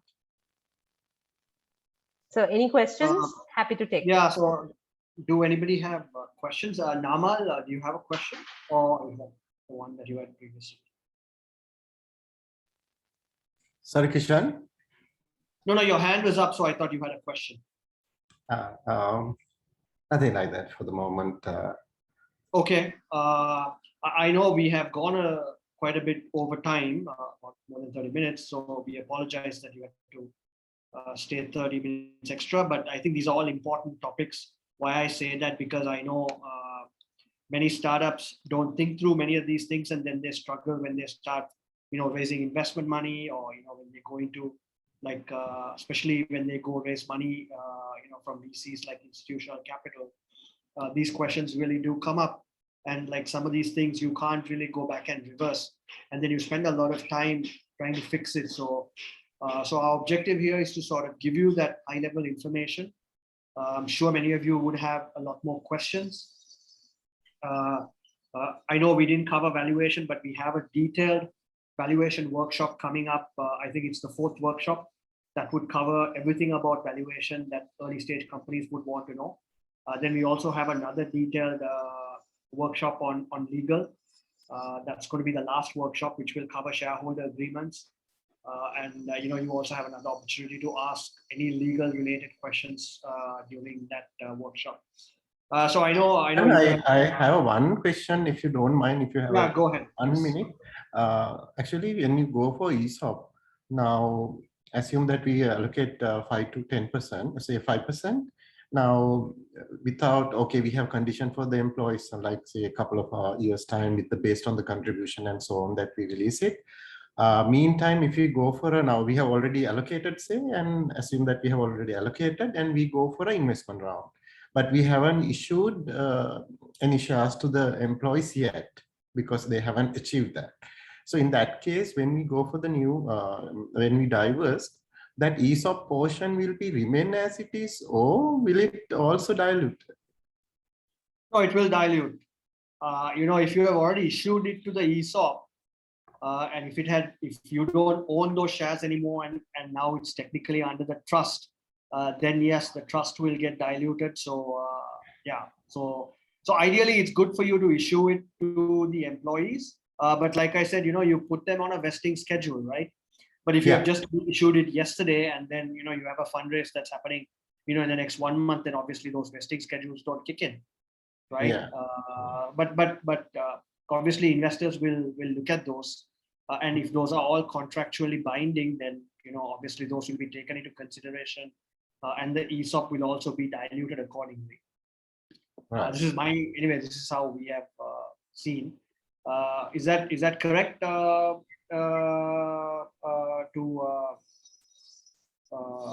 KPMG team? Nipuni, that's correct, right? Yes, yes, it is. Right. Okay. Thanks, Kishan. Yeah. Anybody else have questions? Okay. I know I'm not giving you all too much time to ask questions, but I don't want to keep anyone waiting. So yeah, Ashwini, over to you to close off.